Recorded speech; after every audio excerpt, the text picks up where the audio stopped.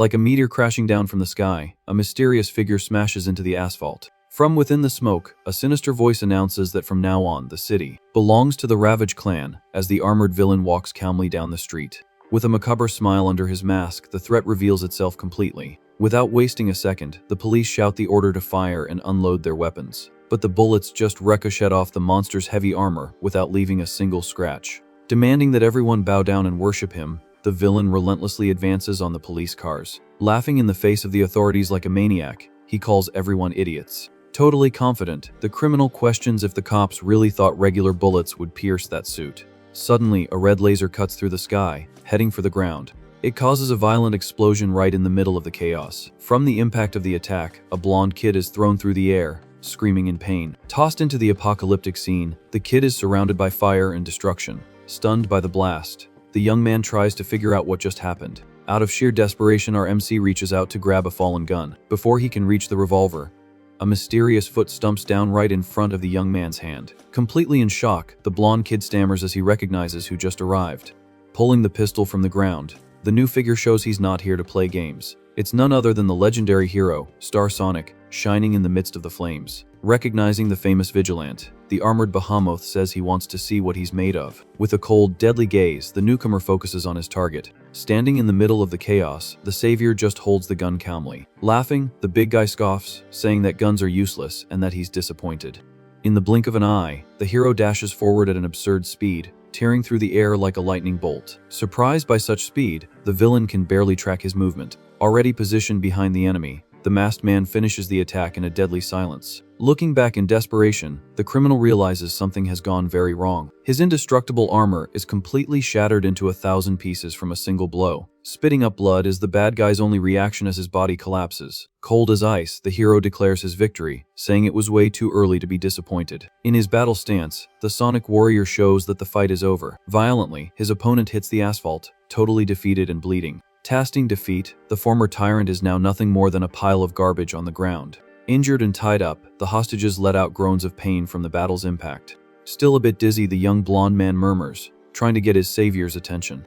Thanking him from the bottom of his heart for the help, the civilian stares at the imposing Vigilante's back. As he extends his hand to return the weapon, the boy surprises the hero for a second. To ensure his loyalty, the legend says that if the young man ever needs him again, all he has to do is call, and his help would arrive in a flash, like a true star. Straight into the sky, the warrior leaps, saying goodbye and calling the boy, young master. Suddenly, the tablet screen is paused, revealing that the whole thing was just a movie playing. A woman's voice then announces that it's almost time for boarding, interrupting our real MC's movie session. Calmly, the black-haired boy looks up to pay attention to the conversation. Asked if he has his passport and itinerary, the kid confirms, handing over the documents. Complaining about the old photo on the ID, our protagonist listens to the woman justify that the trip was very last minute. Indifferent to the situation, our MC accepts the excuse, says it's fine, and puts the paper away. After being told that a guide would be waiting for him at the American Comic Book Convention, he questions it, stating he can manage on his own. With a worried sigh,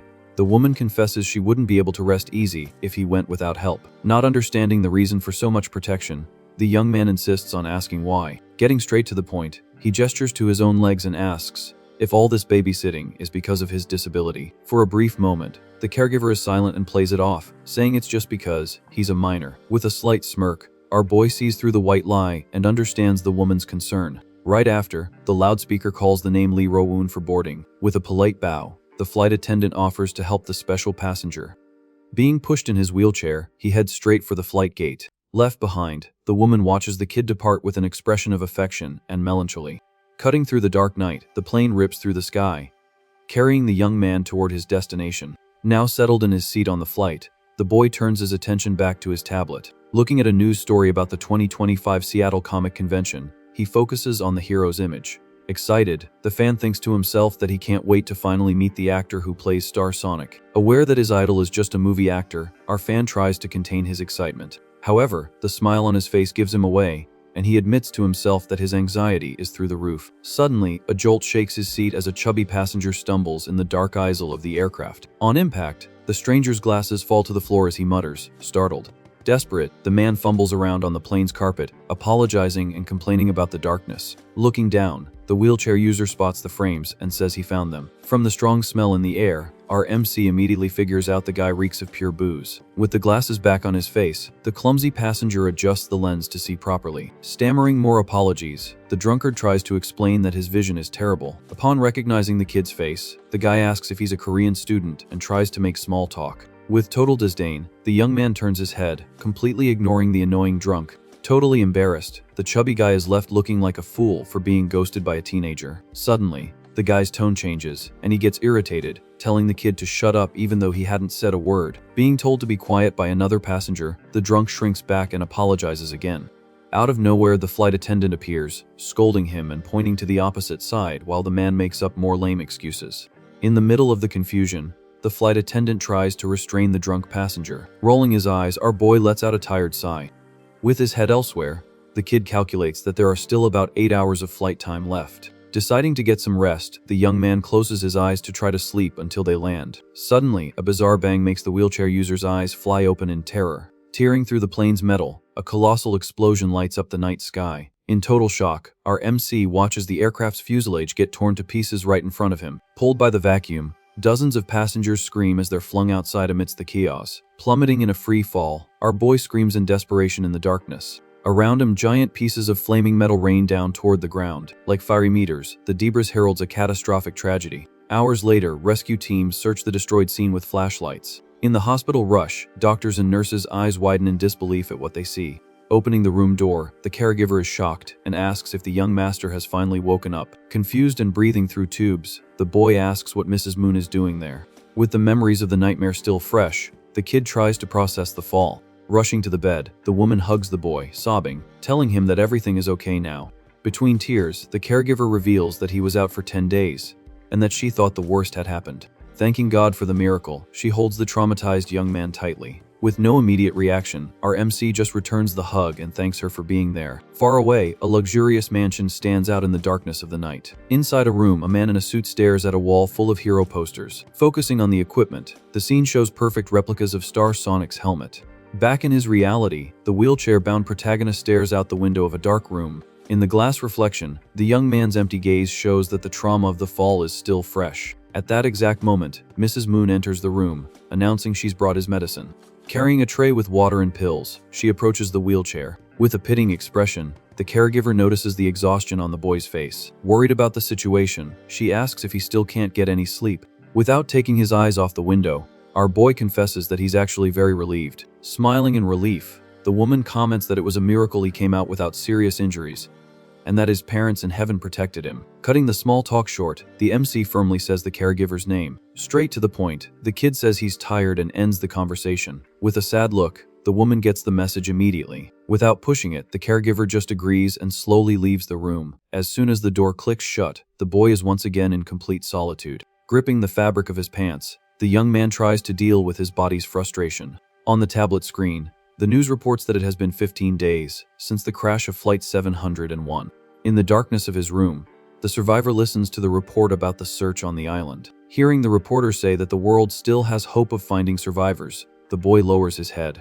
Grabbing the wheelchair's joystick, he decides to move around the room. In a sudden movement, he moves closer to the table. Accidentally, his elbow bumps a glass of water that was on the edge of the furniture. Letting out a surprised gasp, the boy realizes his mistake. But in a split second, the kid's eyes widen in absolute shock. As the glass falls, time seems to freeze in mid-air. Instinctively, our MC throws himself from the chair in a pure reflex to try and catch the object. Reaching out his hand at an absurd speed, he almost touches the glass. In a perfect lunge, the boy's fingers grab the cup before it shatters on the floor. Lying on the carpet, the boy is breathless, trying to understand what he just did. Behind him, the wheelchair sits completely empty. Trembling slightly, the legs that once didn't work are now firmly planted on the floor. Standing on his own, the young man lets out a confused grunt at the miracle. Taking hurried steps, the kid decides to test the limits of his new body. Already outside, he sprints down a running track in the middle of the night.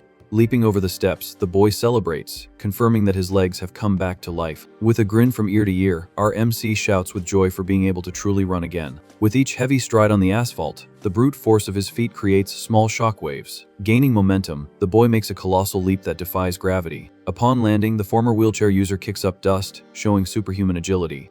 With the force of the push off, the boy is launched into the sky like a real rocket. Suspended in the air, dozens of feet off the ground, the kid looks down in disbelief. In absolute panic, he screams, asking what the heck is going on. Losing control of his flight, the boy plummets back down, spinning in the air like a ragdoll. Bracing his legs for the impact, he focuses on the landing to avoid becoming a pancake on the concrete. In a classic superhero landing, the impact creates an insane crater in the track. Completely out of energy, the young man's body gives out, and he collapses, unconscious from exhaustion. Sprawled in the middle of the field, our MC lies there, staring into nothingness. Panting in a cold sweat, he struggles to draw air into his depleted lungs. With wide eyes, the boy processes the insane level of power he just awakened. Days later in the classroom, students gossip about the kid surviving the plane crash unscathed. Amidst the whispers, the background characters find it bizarre that he's so normal and even joke about him being a ghost. Ignoring the idle chatter that he just got really lucky, the protagonist remains quiet. Back to his harsh reality, he laments that the paralysis has returned but is absolutely certain that the super jump was not a dream. Suddenly, an entitled bully approaches the wheelchair and calls out Rowoon's name with a sadistic smile. With a mocking grin, the bully says the kid actually managed to come back alive. In a fake bear hug, the coward asks if God took pity on him and gave him a free pass to survive. Right up in the victim's face, the aggressor murmurs, asking if he has any idea how bored he was during that time. In complete silence, our protagonist just stares at the floor with contained rage. Quickly, the boy shoves his hand into the pocket of his school jacket. Straight to the point, he pulls out a wad of cash and hands the money to the extortionist. Satisfied, the bully cheers, saying the kid knows the drill and loves him for it, while our MC tells him to take it and leave him alone.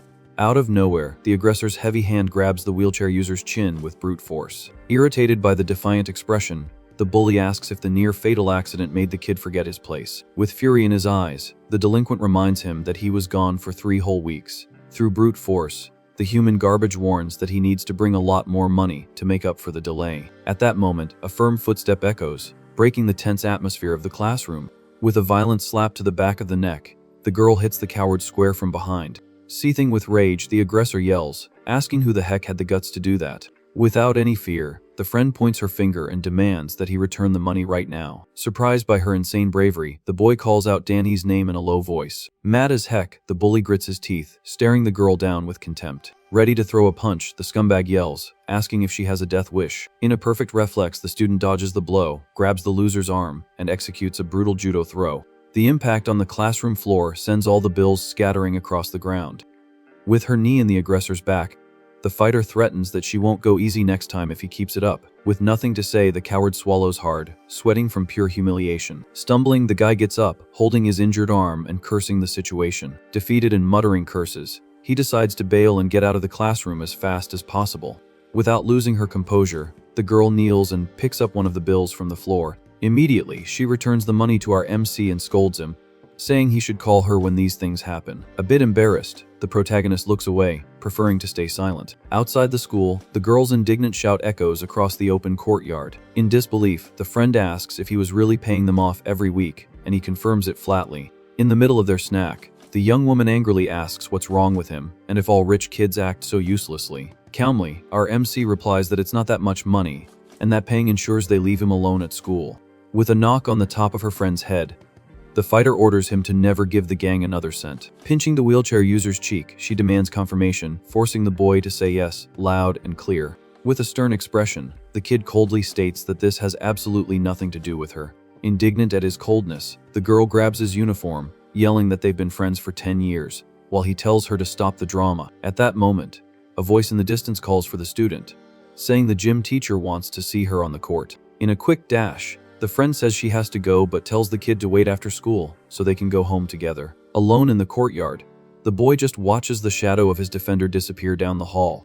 Soon, the final bell rings, and students begin to empty the school at the end of the day.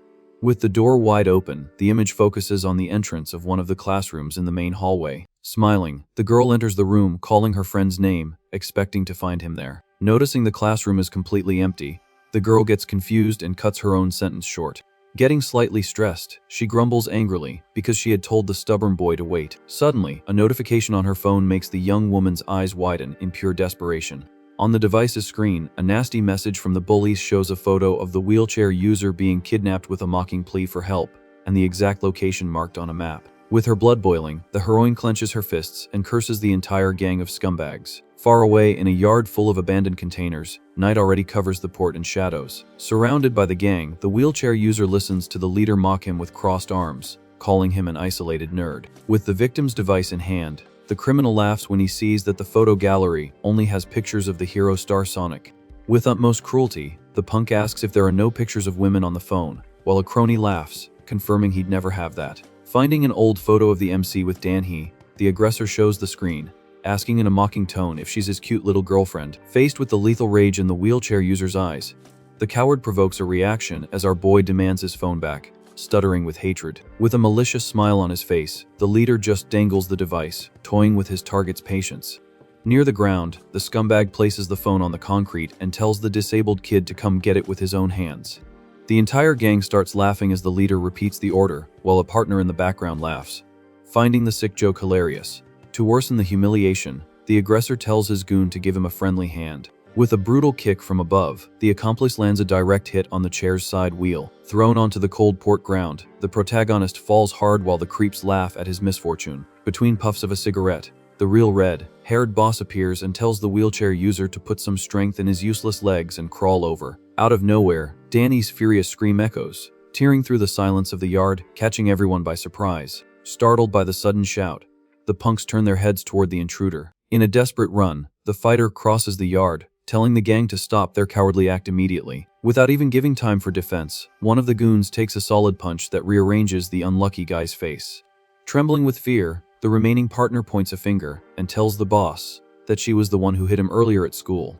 Blowing smoke into the air, the red-haired leader just opens his hand, letting the cigarette fall freely. On the asphalt, the butt hits the ground, releasing its last embers before going out. Step by step toward the girl, the shadow boss asks if she was the one who had the audacity to humiliate his little brother. Without backing down a single inch, the heroine retorts that it's the crybaby's fault for acting like a piece of crap, and tells the redhead to get out of her way. With a smirk and a dark aura, the bad guy lets out a derisive sigh at her bravery.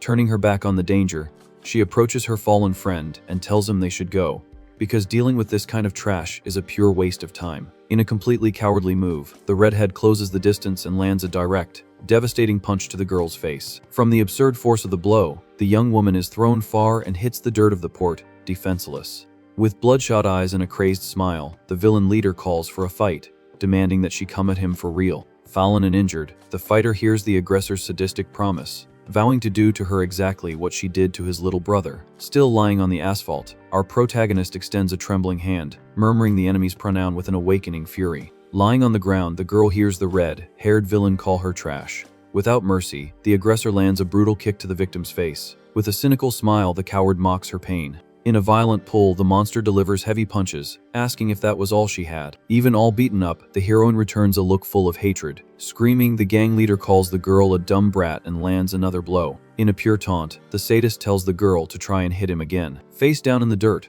our protagonist desperately begs for the thug to stop. Ignoring the cries, the redhead orders his goons to rip off the fighter's clothes. About to tear her shirt, the scumbag vows he'll teach the young woman to never be arrogant again. Blind with rage, the kid murmurs a plea for help with a trembling voice. Suddenly, fury takes over, and the wheelchair user screams, cursing the scumbag with all his might. At that exact instant, sparks of blue energy explode around the boy's numb legs.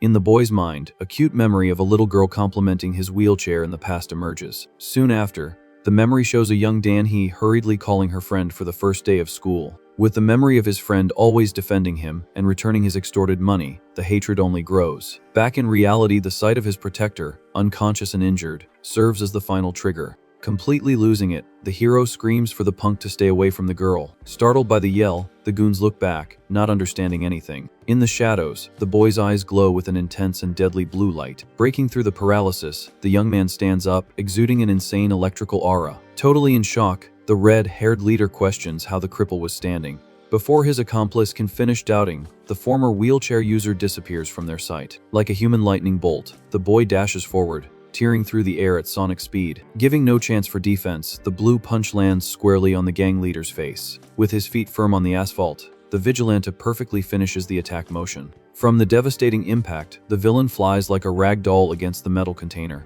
Shaken by the shockwave, the girl nearly falls as the aggressor is thrown far away. With a crushed face, the redhead plummets through the air, completely knocked out before hitting the ground. Without losing momentum, the kid immediately follows with a brutal kick, launching another thug into the sky. Terrified by the monster they've awakened, the goons run for their lives, screaming.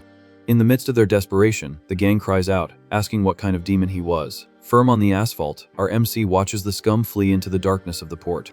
With a deadly voice, the boy asks where they think they're going. Screaming, the kid calls the lowleafs trash, making the criminals tremble in their boots. In the aftermath, only screams of pain echo through the dark night of the port area. Hours later, the injured girl slowly opens her eyes in a hospital bed. Sitting beside her, the protagonist smiles in relief to see his friend finally awake. Right away, the fighter asks if he's okay, and the young man calmly confirms he is. Confused by the situation, the girl asks how she ended up there and what happened to the gang.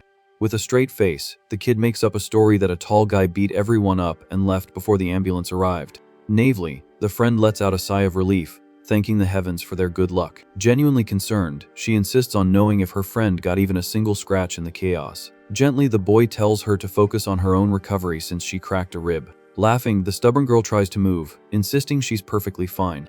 X-ray images on the wall confirm the fracture in the restless patient's bone. After telling her he called her parents, the young man prepares to leave the room. Straight to the point, the boy explains his departure, saying he needs to take care of some unfinished business. Once again confined to the wheelchair, the boy says goodbye and turns his back. In silence, the friend watches the kid disappear down the hospital corridor. Back at the lonely mansion, the dead of night dominates the landscape outside. In the pitch black of the room, the wheelchair user stares at his own reflection in the giant mirror. Completely focused, the young man lowers his head and fixes his gaze on his own motionless feet. With his mind racing, he mentally commands his legs to move once more. Drenched in tension, the boy begs his own body to obey the command. Through the part in his hair, the MC's gaze shines with pure determination. Slowly, his toes react and press against the chair's metal, making a sound. Breaking the physical limit, the kid stands up, surrounded by an aura of crackling energy. In disbelief at the result, he whispers in awe that he managed to stand up again. In front of the mirror, the boy concludes that he can now activate this wonderful superpower whenever he wants. With a confident smile, the newly gifted individual decides it's time for a practical test. Through the window, the dark city seems like the perfect playground to be a hero. In an insane leap from the balcony, the kid flies through the air, tearing through the night. Landing on the neighboring rooftop, the boy takes off in a supersonic run, leaving a trail of light. Fascinated by his own speed, the young man shouts that this is absolutely incredible. But the joy is short-lived as he notices a gigantic abyss approaching between the buildings. Below, the deadly fall warns that one mistake here would be the end of the line. With his sneaker dragging on the concrete, the boy brakes sharply, sending up dust and sparks. On the edge of the precipice, the rookie adventurer assesses the monstrous distance to the other side. Frozen with fear, the kid admits that trying to jump that would be too crazy for the first day. On the other side, the wall of the neighboring building looks like an insurmountable fortress in the dark. Out of pure logic, the hero realizes he needs a lot of practice before attempting suicidal leaps. One step back is enough for the young man to back away from the crazy idea. In the blink of an eye, the dark figure darts in the opposite direction, disappearing from the rooftop. Completely focused, the boy cuts through the wind with never-before-seen agility, running back to base. With a perfect landing, the white sneaker touches the ground, cushioning the fall. In a fluid motion, the kid uses a traffic light as a vault to cross the street through the air. Straight into the darkness of the night, the figure leaps much higher than the buildings. Upon touching the ground, the impact kicks up dust and creates small cracks in the concrete. Without losing his rhythm, the boy already sets his sights on the next destination. By pushing off a rock, the Vigilante flies again under the moonlight. With a muffled thud, the boy lands on his knees, breaking his inertia. From the top of the hill, the MC admires the fully illuminated city lights. Breathless and with his eyes shining, the young man can hardly believe his own power. Suddenly, the bedroom door opens, and the caregiver enters, calling for the boy. With a confused expression, the woman whispers the boy's name, looking for him in the dark. Sitting in his wheelchair, the protagonist plays dumb, as if nothing happened. Suspicious of the quiet, the caregiver wonders to herself if he just fell asleep. After carefully closing the door, silence once again dominates the empty room. Far away, the scene cuts again to the masked kid speeding down the street. With a colossal leap, the rookie hero dominates the sky of the illuminated metropolis. In a landing charged with blue energy, the asphalt trembles under the young man's feet. In a cold sweat, the boy celebrates, whispering to himself that he finally did it. Overjoyed, the kid yells to the wind that he now has full control of his own legs. But suddenly, a terrifying flash on the horizon steals the protagonist's attention. In the distance, thick black smoke rises menacingly toward the clouds. In absolute shock, the boy freezes in place, staring at the destructive glow. Just ahead, an entire building is violently consumed by uncontrollable flames. Bathed in the orange light of the fire, the Vigilante assesses the level of the tragedy. Motionless and tense, the boy watches chaos take over the neighborhood streets. With sirens blaring, fire trucks slam on their brakes near the cordoned-off area. Amidst the shouting, the rescue team tells everyone to stay away from the immediate danger. Quick on the command, the captain demands they bring the water hose to contain the fire. In the rush, one of the officers announces loudly that everyone has already been evacuated from the building. Cutting the mood of relief, a desperate voice screams that their friend is still trapped in the flames. Without losing a single second, the captain orders them to extend the rescue ladder immediately. Straight into the inferno, the metal structure rises, tearing through the curtain of black smoke. Suddenly, a violent explosion shatters a window and spits fire out onto the street. Ducking from the impact, the firefighters grumble that getting in there has now become an impossible mission. Above it all, giant pieces of the building plummet as the flames devour the floors. Powerful jets of water are shot in a desperate attempt to lower the temperature. On the sidewalk, civilians watch in terror, unable to do anything about the destruction. Out of the authorities' sight, a firm hand grips the edge of the burning structure. With half his face covered by his shirt, the kid decides to take on the rescue himself. Surrounded by a wall of fire, the fallen victim no longer has any escape routes. In a calculated free fall, the hero dives straight into the center of the blazing inferno. With the target in his sights, the boy's eyes reflect the lethal glow of the surrounding danger. Upon hitting the ground, the landing creates a small shockwave that pushes back the nearby flames. With toxic smoke filling the air, the protagonist coughs hard, trying not to pass out. Just ahead, the masked rescuer focuses on the unconscious man in the middle of the collapse. With no time to think, the kid hefts the weight of the unconscious man onto his shoulders. Adjusting the civilian on his back, the boy prepares for the riskiest move of the night. With a look of pure determination, the MC calculates the force needed to escape. Immediately, blue sparks cover the makeshift hero's sneakers, charging energy for the jump. In a colossal burst, the boy leaps from the building, carrying the hostage out of the deadly trap. From the absurd force of the launch, a shockwave rips through the air around the jump. In a perfect landing, the pair drops right into the middle of the area cordoned off by rescue teams. Hitting the asphalt hard, the impact scatters dust and wind over the firefighters. Very carefully, the savior lays the victim on the safe ground to receive medical attention. Surprised by the appearance, one of the professionals asks the masked boy not to leave. Startled by the call, the kid quickly realizes he screwed up by exposing himself too much. In the blink of an eye, the figure darts back into the sky, disappearing into the night's darkness. Totally in shock, the rescue team wonders aloud if that was really a human being. In the middle of the crowd, a civilian records everything with his phone, murmuring in awe at the scene. Soon after, the bedroom window opens silently in the mansion far from the city. Tiptoeing, the runaway enters his own room, trying not to make a sound. In a quick leap, the boy throws himself onto the bed haphazardly, feeling the weight of his body. Staring at the ceiling, the boy takes a deep breath, feeling exhaustion take over after the hectic night. The next morning, the protagonist returns to the harsh reality of sitting in his wheelchair. Walking through the classroom door, the kid arrives on time for another ordinary day. In the back desks, students gossip excitedly about the brutal beating the bully leader took. According to the classroom rumor, the aggressor was completely pummeled and ended up in the hospital. Laughing at the misfortune, the background characters comment that the bully deserved it for being arrogant and weak. With a book in his hand, our MC listens to the whole conversation, maintaining a perfect poker face. Out of nowhere, another classmate completely changes the subject and asks if anyone saw the video of the fire on YouTube. Fascinated by the recording, the boy says the thing is surreal, attracting the wheelchair user's curiosity. Tense about the gossip, the kid wonders to himself if his own face appeared in the viral footage. To end the chatter, the teacher enters the class, telling everyone to put away their phones immediately. On the screen of one of the devices, the video shows the exact epic moment of the rescue jump from the previous night. With a bead of sweat running down his face, the boy realizes his secret life is in serious danger. On the cell phone screen, the video of the fire rescue plays on a loop. From the amateur recording, you can see the desperate firefighters on the dark street. In the comments, people are skeptical, calling the scene a poorly made fake. With his eyes fixed on the screen, our MC follows the fallout from his heroic act. Just below, the video's title already questions whether the footage is real or just CGI. During a TV report, a witness swears it was a real person, even without seeing their face. Completely shocked, the reporter asks if the savior flew away, and the civilian confirms it. In the studio, the news anchor announces that the mysterious hero's identity has become the topic of the moment. Meanwhile, online polls explode with curiosity about the unexplained case. In a cold sweat, the kid realizes the absurd scale his little game has taken on. Reading a specific comment, he sees someone comparing the rescue to the legendary hero Star Sonic. At that exact moment, the boy is startled and jumps in his chair. Opening the door quietly, the caregiver announces that dinner is served. Ready to bring the tray to the room, she hears the young man decline the offer. With a friendly smile, the protagonist says he'll eat at the dining table.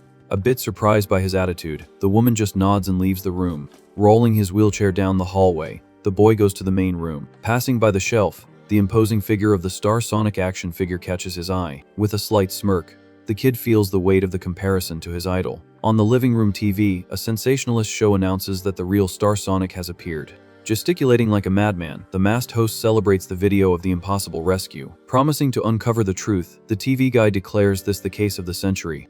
At the end of the segment, the host doesn't miss the chance to ask for subscribers to his channel. In the darkness of his room, our boy cracks a sinister smile, amused by the situation. Alone in the dead of night, he binges all the programs about his own heroic deed. The next day, a car cuts through the city as a little girl confirms she's finished her homework. Suspicious, the mother asks if her daughter is lying again, and the girl denies it immediately. Complaining of being tired, the little one tries to weasel out of her tutoring class. Not falling for it, the woman says the brat just wants to skip class on purpose. Suddenly, the mother's eyes widen, and she slams on the brakes with all her might. Right in front of the car, the asphalt gives way, creating a monstrous crater. With no time to react, the vehicle plummets straight to the bottom of the urban abyss.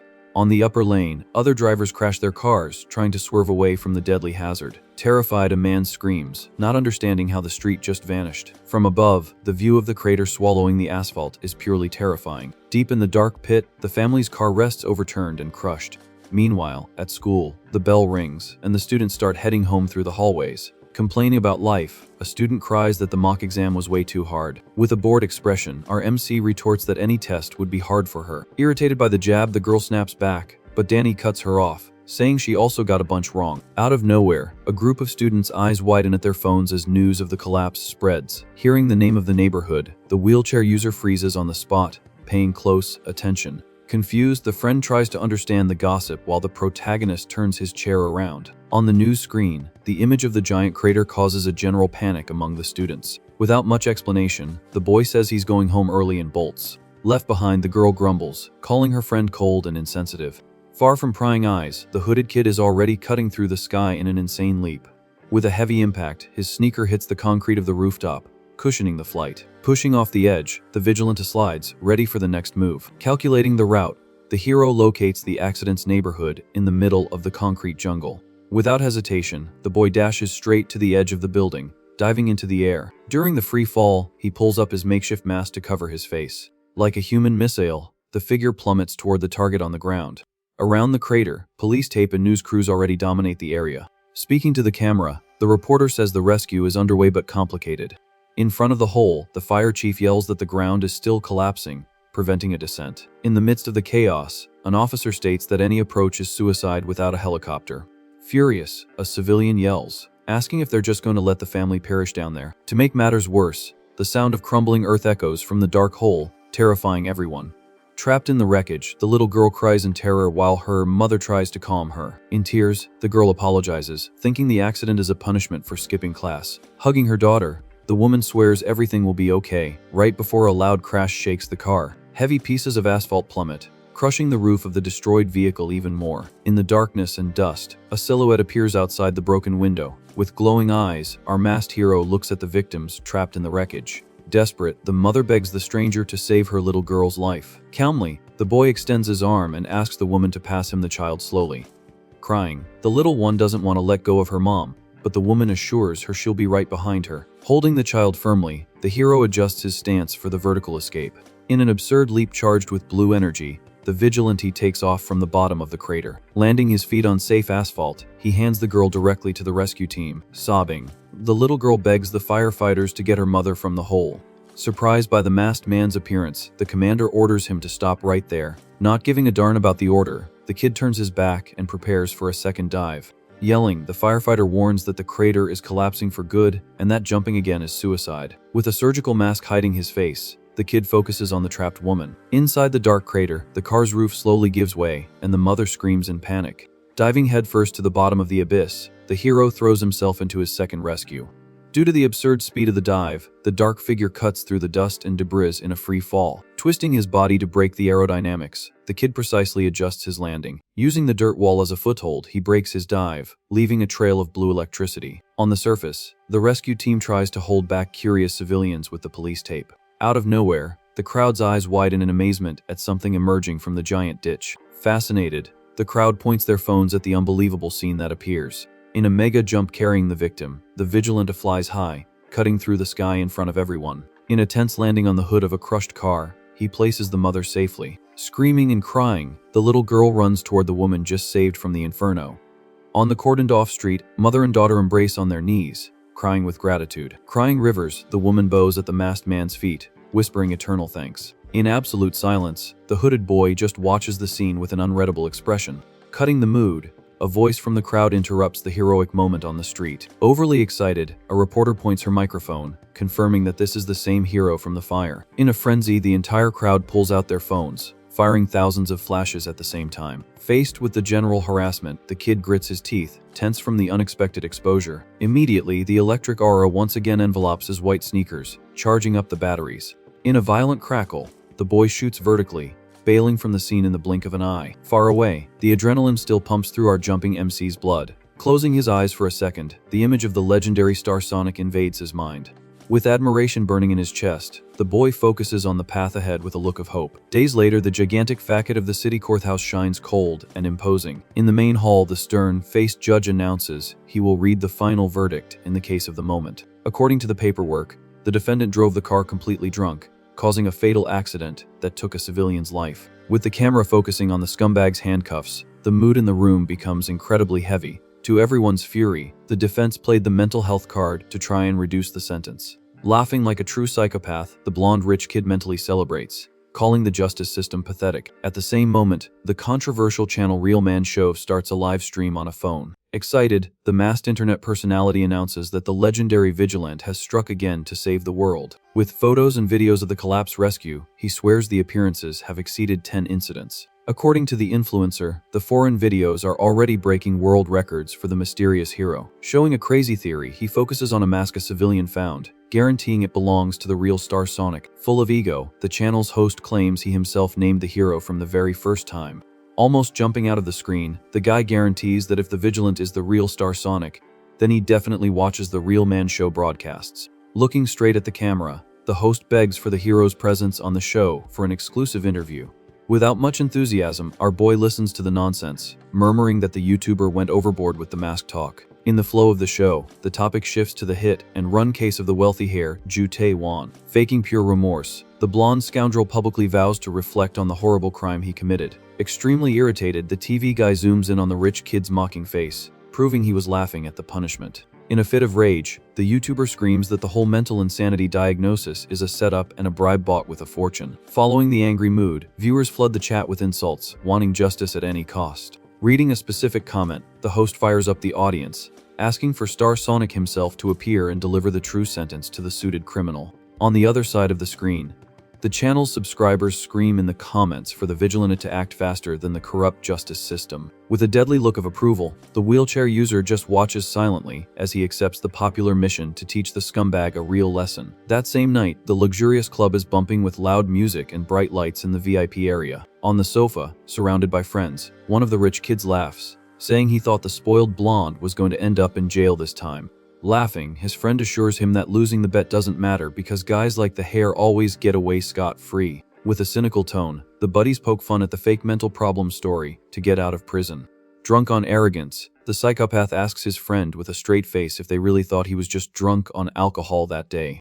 With the most relaxed face in the world, the scoundrel admits he was also high on heavy narcotics when he ran the person over and still managed to get off clean and free. Laughing hard, the circle of yes men cheers, saying the rich kid's audacity is infinite. Guzzling down his drink, the psycho-rich kid just gives that disgusting, untouchable smirk. Hours later in the deserted parking garage, the jerk stumbles forward, barely able to stand on the concrete. Near the luxury sports car, the area's air conditioning runs nonstop, creating a constant hum. Cursing his buddies who stayed inside, the jerk mutters angrily, asking if that scum really thought they were on his level. Stopping suddenly, the crazy blonde narrows his drunken vision to see what's at the end of the garage.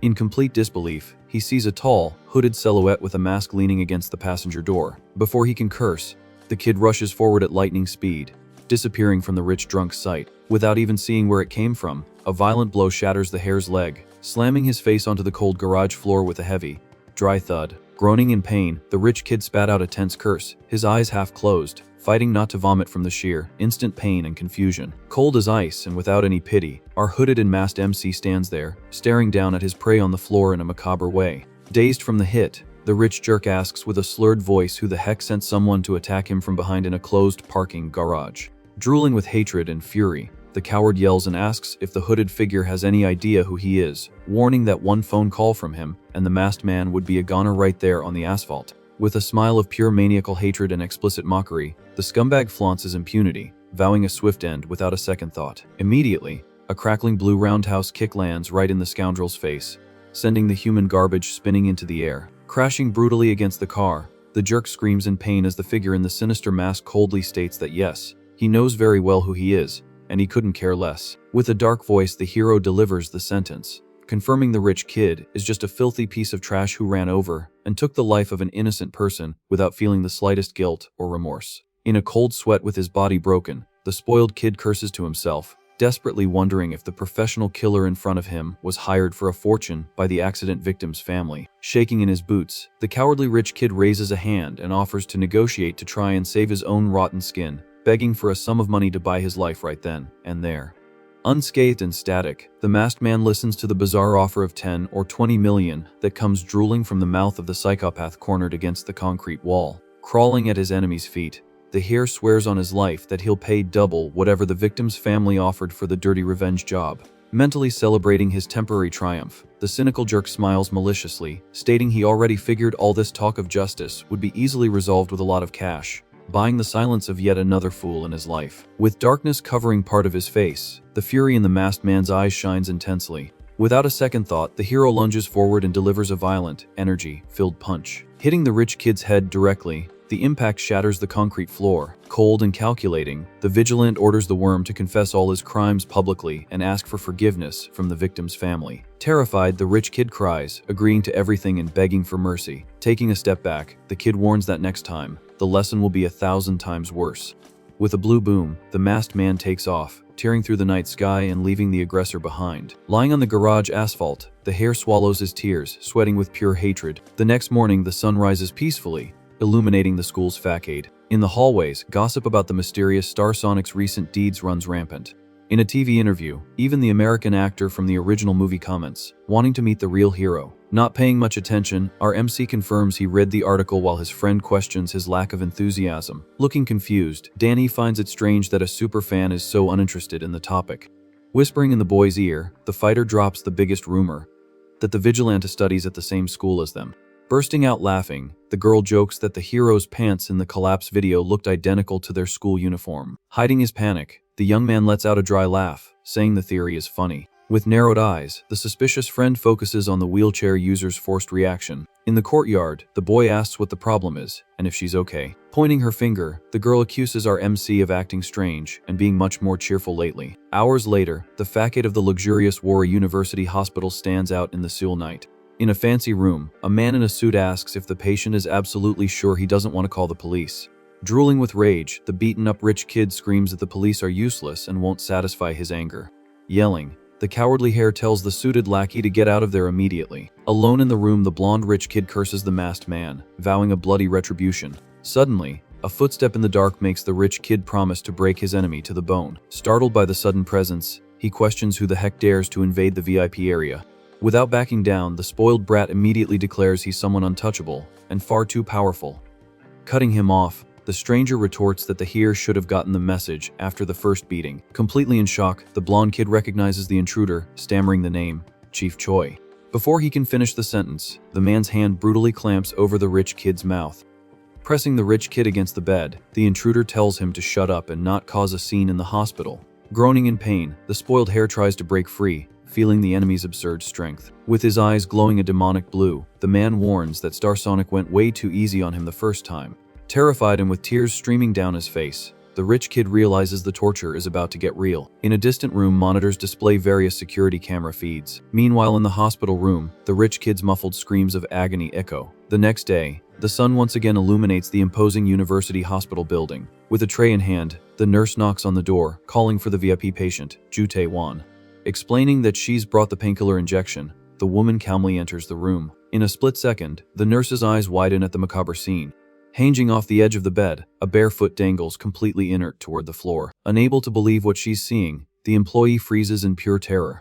Completely bent and broken in the middle of the bed, the hair has been turned into a gruesome human pretzel. With twisted bones and a blood-soaked body, the rich kid lay unconscious and destroyed. Faced with the nightmare, investigators in white coats flash their cameras, photographing the bizarre crime scene. Covered in blood, the rich kid's destroyed body shocks anyone who dares to look. Huddled outside, detectives murmur in disbelief at the extreme violence of the case. Impressed, a police officer questions how it's possible to bend a human body in such a bizarre way.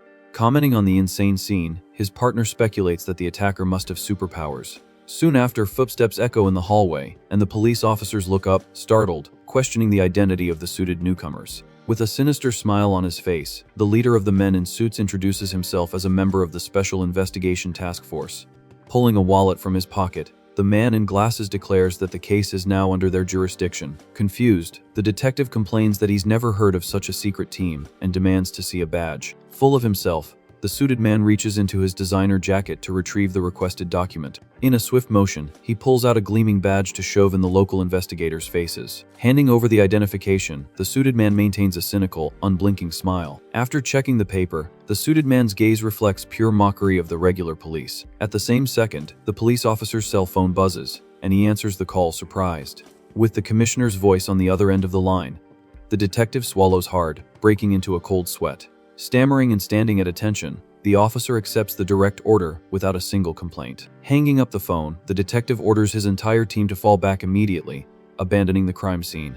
Satisfied, the leader of the suited men adjusts his glasses and thanks them with heavy irony. Walking down the hall, the rookie detective protests, questioning who those entitled guys in suits are anyway. Out of patience, the chief tells him to shut up, claiming he can't go against orders, coming directly from the top of the chain of command. Changing the subject, the partner asks about the background check on the beaten hair that he requested earlier. Listing the rich kid's movements, the officer reports that he was seen at the Gold Club the previous night, drinking heavily and heading to the parking garage alone. Commenting on the night out, the rookie finds it bizarre that the kid acted like nothing happened after the criminal hit and run. Focused on the investigation, the chief asks for the exact name of the nightclub in question. Outside, the giant golden sign of the Gold Club illuminates the city's upscale neighborhood.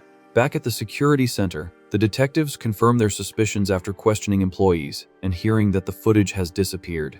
Pointing to the screen, an investigator reports that everything mysteriously vanished right around the time of the possible first attack against the rich kid. Suspicious, the partner asks if someone erased the videos on purpose to get rid of the evidence, but the chief dismisses this possibility, finding it unlikely. According to the technical explanation, the guards say the old system often glitches, and the cameras simply fail on their own sometimes, cutting off crucial recordings.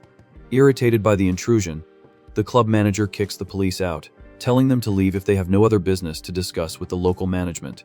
Alone and cornered, the detectives are at a dead end, waiting for the chief's decision on how to proceed with the investigation of the mysterious masked attacker. Scratching his head, the chief detective sighs, murmuring that the story of the missing tape smells fishy. On the news, the main headline displays the blonde hair's photo, reporting his brutal and bizarre end in the hospital. With his eyes widening, our boy focuses on his phone screen, shocked to confirm the rich kid's passing. Immediately, the classroom erupts into chaos, with students shouting as they read the same bombshell news online. Thrilled with the tragic end, the background characters swear it was the work of the Vigilante, fulfilling his promise to teach the killer a real lesson. In the midst of the confusion, the wheelchair user tries to deny the rumor that the hero studies there, claiming the theory is impossible. Cutting him off, his friend defends the theory, arguing that the pants in the video are the exact uniform of their school. Yelling from the back of the room, the teacher furiously enters, telling the students to put away their phones and focus on the lesson. Hours later, the giant facade of Wari Hospital glows under the dark night. In the shadows of the hallway, a masked figure stoops, silently opening the heavy fire door. Sliding through the dark corridor, the intruder cautiously approaches the location. With his breath quickening, the young man's blue eyes focus on the insane mission of breaking into the murdered rich kid's room. In total shock, the kid takes a step back upon noticing that the body and the bed have mysteriously vanished from the room. Startled, the boy's eyes widen as he feels he's fallen into a trap in the middle of his parallel investigation. Out of nowhere, the main door is busted open by men in suits, and forensics experts in white coats rush in. Directing the staff, the head of cleaning tells them to position the furniture a little more to the left. Striking up a conversation, one of the cleaning ladies whispers to her coworker, asking about the gruesome rumors on the floor. Her voice trembling, the cleaning lady recounts the horror story that the previous patient was crushed to death right there in the VIP room. Confirming the horror story, the woman says she also saw the scene when they moved the destroyed corpse the day before. Frightened by the details, the newcomer pulls her colleague to leave quickly, murmuring that things were getting way too weird. As soon as the cleaning ladies leave the room and close the door, silence once again dominates the now newly furnished room. Sliding out from behind the thick curtain, the masked man takes a deep breath, relieved not to have been caught off guard. Confused by the bizarre account, he murmurs to himself, questioning how someone could bend a heavy bed like that in the middle. With a tense and questioning look, the Vigilante ponders who on earth would have the superhuman strength for such a brutal atrocity. The next day, the school building appears peaceful under the bright morning sun, masking the night's madness. Pushed in his chair, the kid is taken down the hall with a distant look, completely lost in insane thoughts. Immersed in theories, he focuses on the necessary force, concluding that bending metal in half requires supernatural power. Stopping the chair suddenly, the buzz-cut boy halts his walk, causing his dazed friend to jolt forward. Whispering his own conclusions, the hero reflects that such inhuman strength suggests he might not be the only one with abilities in the world. Out of nowhere, a jolt pulls the kid from his mental trip as he sees his friend calling out, concerned by his scared expression. Immediately masking his tension, the MC lets out a weak laugh, explaining that he just zoned out and lost track of time. With a raised eyebrow, his friend points out that he has the same dark and mysterious look as always, demanding an explanation. Running ahead, she calls for the bald bully not to leave their wheelchair-bound friend alone, and to hurry down the hall.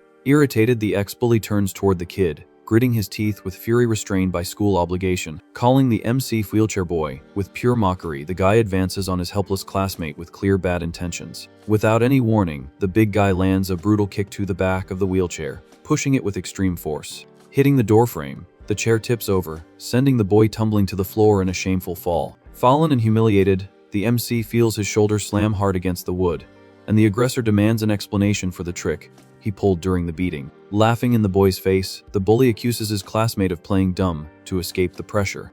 In the background, the classroom kid's eyes widen in shock, commenting that the big guy just got back from medical suspension and was already causing trouble.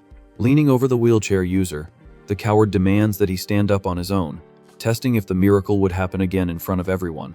With a thunderous yell, the jerk repeats the order for him to get up using his own legs, just like on the day of the apocalyptic beating at the port. Completely caught off guard and floored, the MC sweats, stammering in the face of the tense confrontation. In a bizarre and macabre outburst, the bully raises his arm, wielding a sharp pen as if it were a knife ready to strike. Full of sick hatred, the bald guy swears that if his classmate is going to keep playing dead, he'll find out the truth the hard way. At his yells, the entire class falls silent, watching the blatant cowardice without being able to intervene in time. In a merciless and lethal blow, the bully brings his arm down, aiming the sharp point of the pen straight for the fallen victim's eye. Frozen in pure shock, the MC's eyes widen, defenseless against the deadly approach of the piercing object to his face. Spitting malice, the big guy shouts that with this wound, he wants to see if the legs will work out of sheer, absolute desperation. In the prey's vision, the milliseconds drag on, showing the crystallized panic with imaginary blood flying in his gaze. With a violent and hollow thud, the pen's tip sinks firmly not into his face, but tearing through the fake asphalt of the thick rubber support on the boy's leg. Holding back a sadistic and scornful laugh, the psychopath cynically asks if tearing that part hurts or if the trick was stronger. Swallowing his fear, the wheelchair user tries to form any word, but the emotional block suffocates the cornered hero's throat.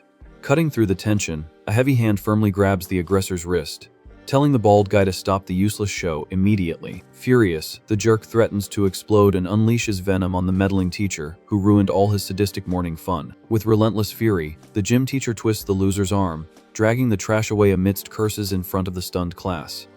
In the middle of the doorway, the teacher orders total silence in the room and yanks the troublemaker out with a sharp shove into the cold hallway.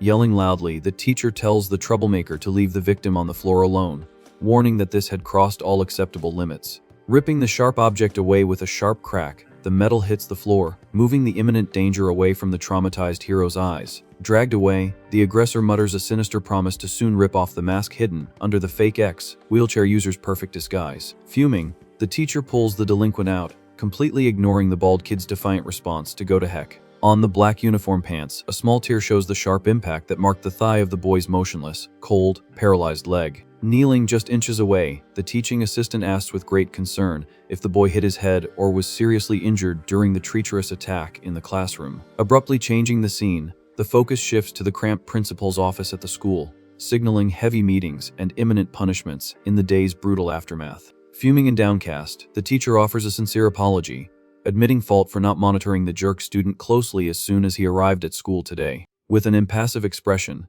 the boy's caregiver coldly authorizes him to go home under the official justification of mental shock, claiming the need for isolated and total rest for the kid. Unlocking the imported car door in the wide parking lot, the woman extends a pale hand, receiving the special young man without any additional words of comfort. Slamming into the window and screaming uncontrollably, his friend Danhee arrives late, pulling at the window full of genuine desperation at seeing him leave so quietly. Trying to laugh with superficial relief, the boy calms the air, assuring her he's stable and downplaying the tragedy from minutes before, saying it's something quickly gotten over without deep stress. Unconvinced, the girl looks away, following the distant trail of the ex-aggressor, angrily commenting that his disturbed mind needed a straitjacket straight from the asylum. Sitting at the wheel of the limousine with impeccable composure, the caregiver declares the paperwork is complete, routinely informing that the bureaucratic release was handled by the school administration, and that's that. Standing firmly outside within the marked white lines, the fighter student slightly bows her head, giving a cordial, solemn nod. Leaning quickly into the polished frame of the window, the fighter shouts short instructions, demanding extreme rest from her friend, while her colleague smiles assures, promising obedient rest for the remainder of the afternoon without any vigilant adventures. Looking seriously through the car window, the formal driver lowers her tone and exudes a subtle calm, letting out a faint and unexpected slight smile in the conversation. With gentle and respectful words, the caregiver sincerely and deeply thanks the heroic girl for her fierce care as a loyal shield, faithfully and sacredly protecting the young master's back continuously. Leaving the school behind, the luxurious car takes off, speeding through the neighborhood streets. Standing on the sidewalk, the fighter friend watches the vehicle disappear over the horizon with a worried expression. Already in the comfort of his room, the kid lowers his head while the caregiver silently treats the wound. Placing a bandage on the deep gash, the caregiver says the bleeding has already stopped and should heal quickly. Maintaining formality, the boy thanks her for the quick help, murmuring a "thank you" in a weak voice. Finishing the job, the woman bows in respectful reverence before turning her back to leave. Stopping the caregiver near the door, the young master breaks the heavy silence, calling for Mrs. Moon. Without mincing words, the protagonist drops the bombshell, announcing that he wants to drop out of school for good. Totally in shock, the caregiver's eyes widen, not believing what she just heard. Confused, she questions the reason for his sudden decision, reminding him that he always hated the idea of homeschooling. Avoiding eye contact, the kid hides his anger, just saying that he's very tired of the grueling routine. Completing the excuse, he plays the bullying card, claiming he can't stand being a punching bag for the bullies anymore. Sighing heavily, Mrs. Moon asks seriously if he will truly be at peace with this radical decision. Faced with the question, the image of his best friend screaming desperately at the car window haunts the boy's mind. Closing his eyes, the MC nods, telling the caregiver to inform the administration of his permanent departure. Before the woman leaves the room, he extends his arm, interrupting her goodbye with a new, bizarre request. Asking an unusual favor, the young man requests the complete list of surviving passengers from that plane crash. With a straight face, the caregiver says she can get the documents easily, but questions his motive for wanting to relive the trauma. Scratching his head, he makes up on the spot that he intends to send gifts to comfort the victims of the crash. Believing his good intentions, the caregiver promises to gather the names, while the wheelchair user thanks her, relieved that the lie worked. As the door closes softly, silence dominates the room, finally leaving the Vigilante alone with his plans. Focused on the investigation, he concludes that the brutal force used to take out the rich kid in the hospital was not that of an ordinary human. Staring at the shadow of the movie hero on the wall, the kid starts to piece together the puzzle in his head. With his eyes gleaming, he wonders if, by any chance, the real killer gained the same absurd superpowers that he awakened. Reaching the worst possible conclusion, the hero vows that the monster responsible for the barbaric crime might be one of the flight survivors. On the other side of the city, the sun sets, painting the sky orange over the metropolis's filthy alleys. Lighting a cigarette, the bald bully walks alone through the deserted alley, muttering curses about the teacher's punishment. Seething with hatred, the jerk curses the wheelchair user, vowing to expose the supposed paralysis trick at the first opportunity. Puffing smoke, he promises to hunt the kid down until he proves that the legs injured in the car accident had been healed for a long time. Halfway down the path, the streetlight flickers, revealing the tall figure of a stranger blocking the alley's exit. Staring at his prey with a sadistic smile, the unknown face displays a look full of madness and imminent danger. Noticing the guy's clothes, the bald kid immediately sees that he's wearing the same uniform as his school.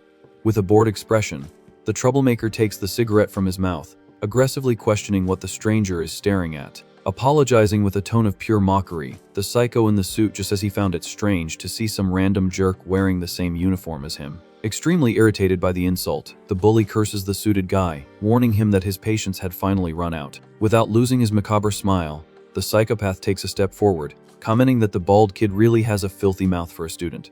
Boiling with rage, the coward takes a long drag, feeling the humiliation grow in the middle of the empty street. Ignoring the warning, the psychopath provokes him again, telling the brat to repeat the insults right to his face. Maintaining an intimidating pose, the stranger in the overcoat cracks his neck, calling the bully an insolent brat. Completely losing it, the school aggressor throws his cigarette on the ground and advances with a cocked fist, cursing the human garbage. In a fraction of a second, the psycho's smile widens, anticipating the violence of the inexperienced kid's attack. Leaning his body to the side, the psychopath dodges the punch with absurd ease and scoffs, whispering a purely mocking "Coops." Sliding behind the attacker, the monster's eyes gleam, focused on the target who completely lost his balance from the blow. With a brutal impact, the scene cuts to the iron structure of the alley staircase, shaking violently with the sound of breaking bone. Hitting the asphalt with extreme force, the bully plummets, knocked out with a hollow, dry thud of pure pain. Thrown against the rubble, the troublemaker's limp body breaks wooden crates in the devastating blow. Groaning and spitting blood, the bald kid can barely open his eyes to understand what hit him with such speed. Pulling the victim by the shirt collar, the stranger lifts the kid off the ground with just one hand in terrifying ease. With a face full of terror, the bully hears the cold voice recommend that he be much more careful with his filthy mouth next time. Turning his back, the psychopath in the overcoat disappears into the dark mist, warning that otherwise, divine punishment would fall upon him again. Left like trash in the middle of the dirty alley, the school aggressor coughs up blood, holding his own shattered arms in shock. With a demonic smile etched on his face, the suited monster disappears into the shadows, tasting pure violence. Cutting to a crowded airport, a gigantic passenger plane prepares for a nighttime takeoff on the wet runway. Moving through the plane's narrow aisle, a sweaty, chubby guy tries to squeeze past annoyed passengers, bumping into them awkwardly. Sucking in his giant belly, the guy settles into the tight seat, letting out a long groan of relief at finally sitting down. Tapping the settled guy on the shoulder, one of the university students calls out the name Sue. Hook with a mocking voice from the back of the plane. Confirming with his classmate, the big guy in the brand name cap asks if the trip in economy class is going well. Wiping sweat from his forehead, the chubby guy stammers, forcing a friendly tone, and says the seat is perfect and super comfortable, all things considered. Offering a cynical apology, the rich kid in the cap says he made a big mistake with the reservations and ended up isolating his chubby classmate far from the main group. Swallowing his pride, the rejected student lowers his head, thanking him for the invitation and agreeing to enjoy the graduation trip. Now far from the outcast, the rich kid listens to his friend whisper, asking why they dragged that disgusting pig on an international trip. With a malicious smirk, the group leader whispers in his partner's ear, explaining the brilliant scheme to save money on the excursion. Bragging about his own scumminess, he reveals that he lied to the chubby guy, tripling the real ticket price, and the knave fool took the bait, financing the rich kid's trip.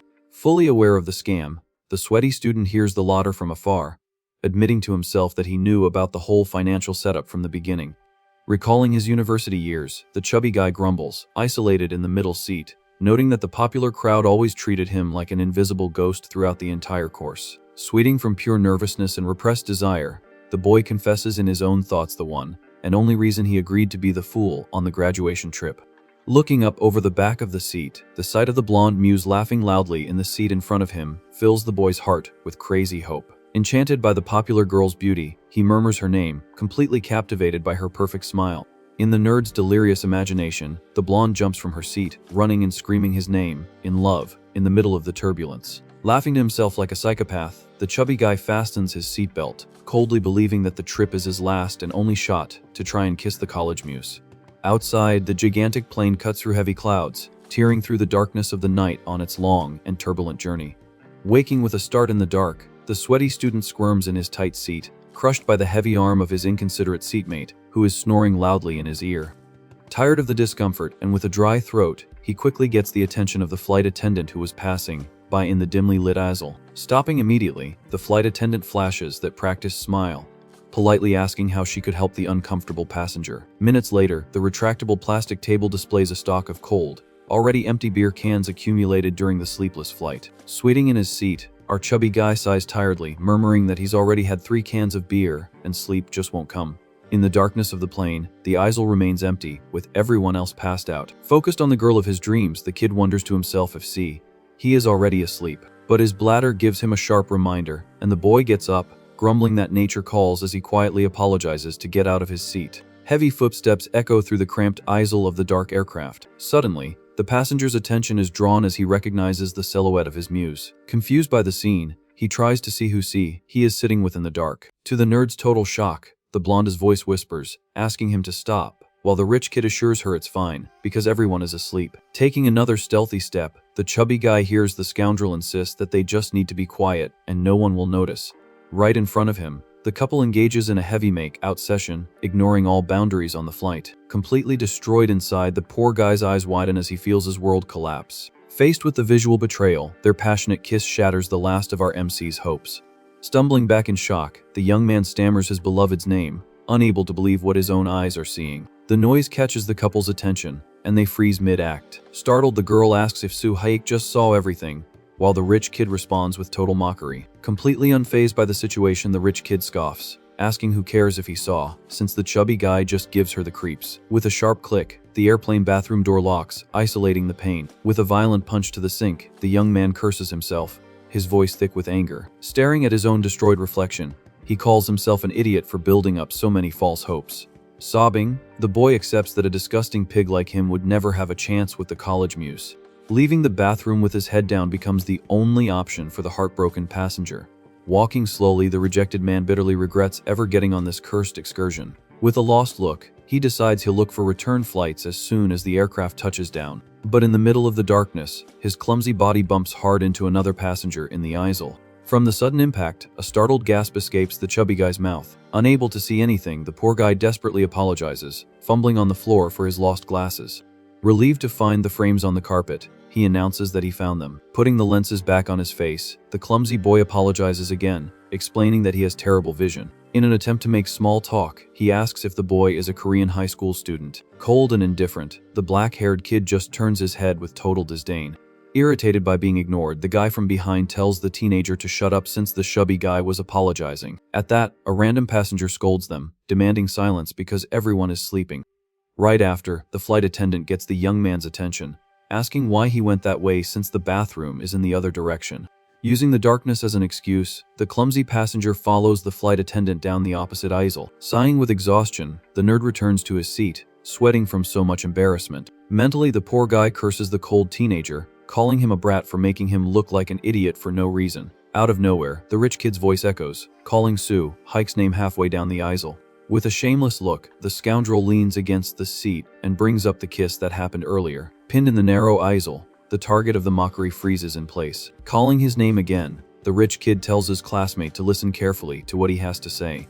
Not wanting a fight, the chubby guy thinks the guy is afraid of gossip, lamenting that he doesn't even have friends to spread rumors to. In the tense silence, the faint light reflects off our rejected hero's lenses. Suddenly, an apocalyptic boom rips through the side of the plane in a colossal fiery explosion. In absolute shock, the student's face freezes in the face of the end of the world. Carried by the vacuum's force, dozens of passengers are flung to their certain doom outside the shattered aircraft. Sucked through the hole in the fuselage, the young man's heavy body flies straight into the dark abyss. Plummeting in a free fall, the boy lets out a desperate scream that tears through the sky. Facing imminent demise, he cries in panic, asking if his life was going to end in such a pathetic way.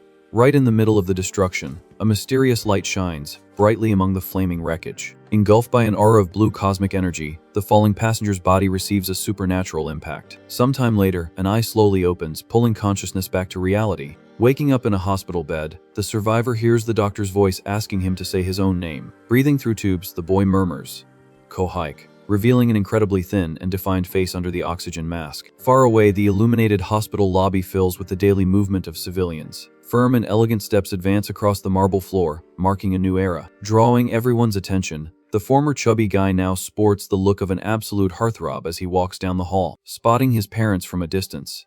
The young man finally breaks his cold demeanor and calls out to them. Completely confused, the mother and father don't recognize their own son in the figure of that magazine model. Slowly, it sinks in, and the woman cries, asking if that's really her little boy. With her hands on her son's transformed face, the mother freaks out, asking how he lost so much weight, while he just reassures her, saying he's fine. In a tight hug, the mother cries rivers of tears, thanking the heavens and saying how worried she was. Showing exhaustion in his voice, the survivor just asks to go home at once. Later, the late afternoon light illuminates the family's residential apartment complex.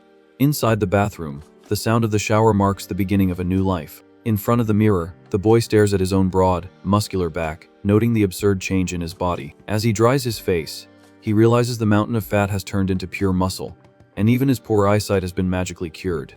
In front of his perfect reflection, the handsome man admits that of all the bizarre transformations from the accident, far beyond the physical appearance, the biggest change of all occurred on a much deeper level. With a firm movement, his hand opens the bedroom door with an unshackable posture. Already wearing a stylish overcoat, the new hunter steps firmly on the floor, ready to leave. Curtly, he tells his mother he's going to meet a friend, and the woman awkwardly agrees. Near the exit, the matriarch calls her son's name, making him stop in his tracks.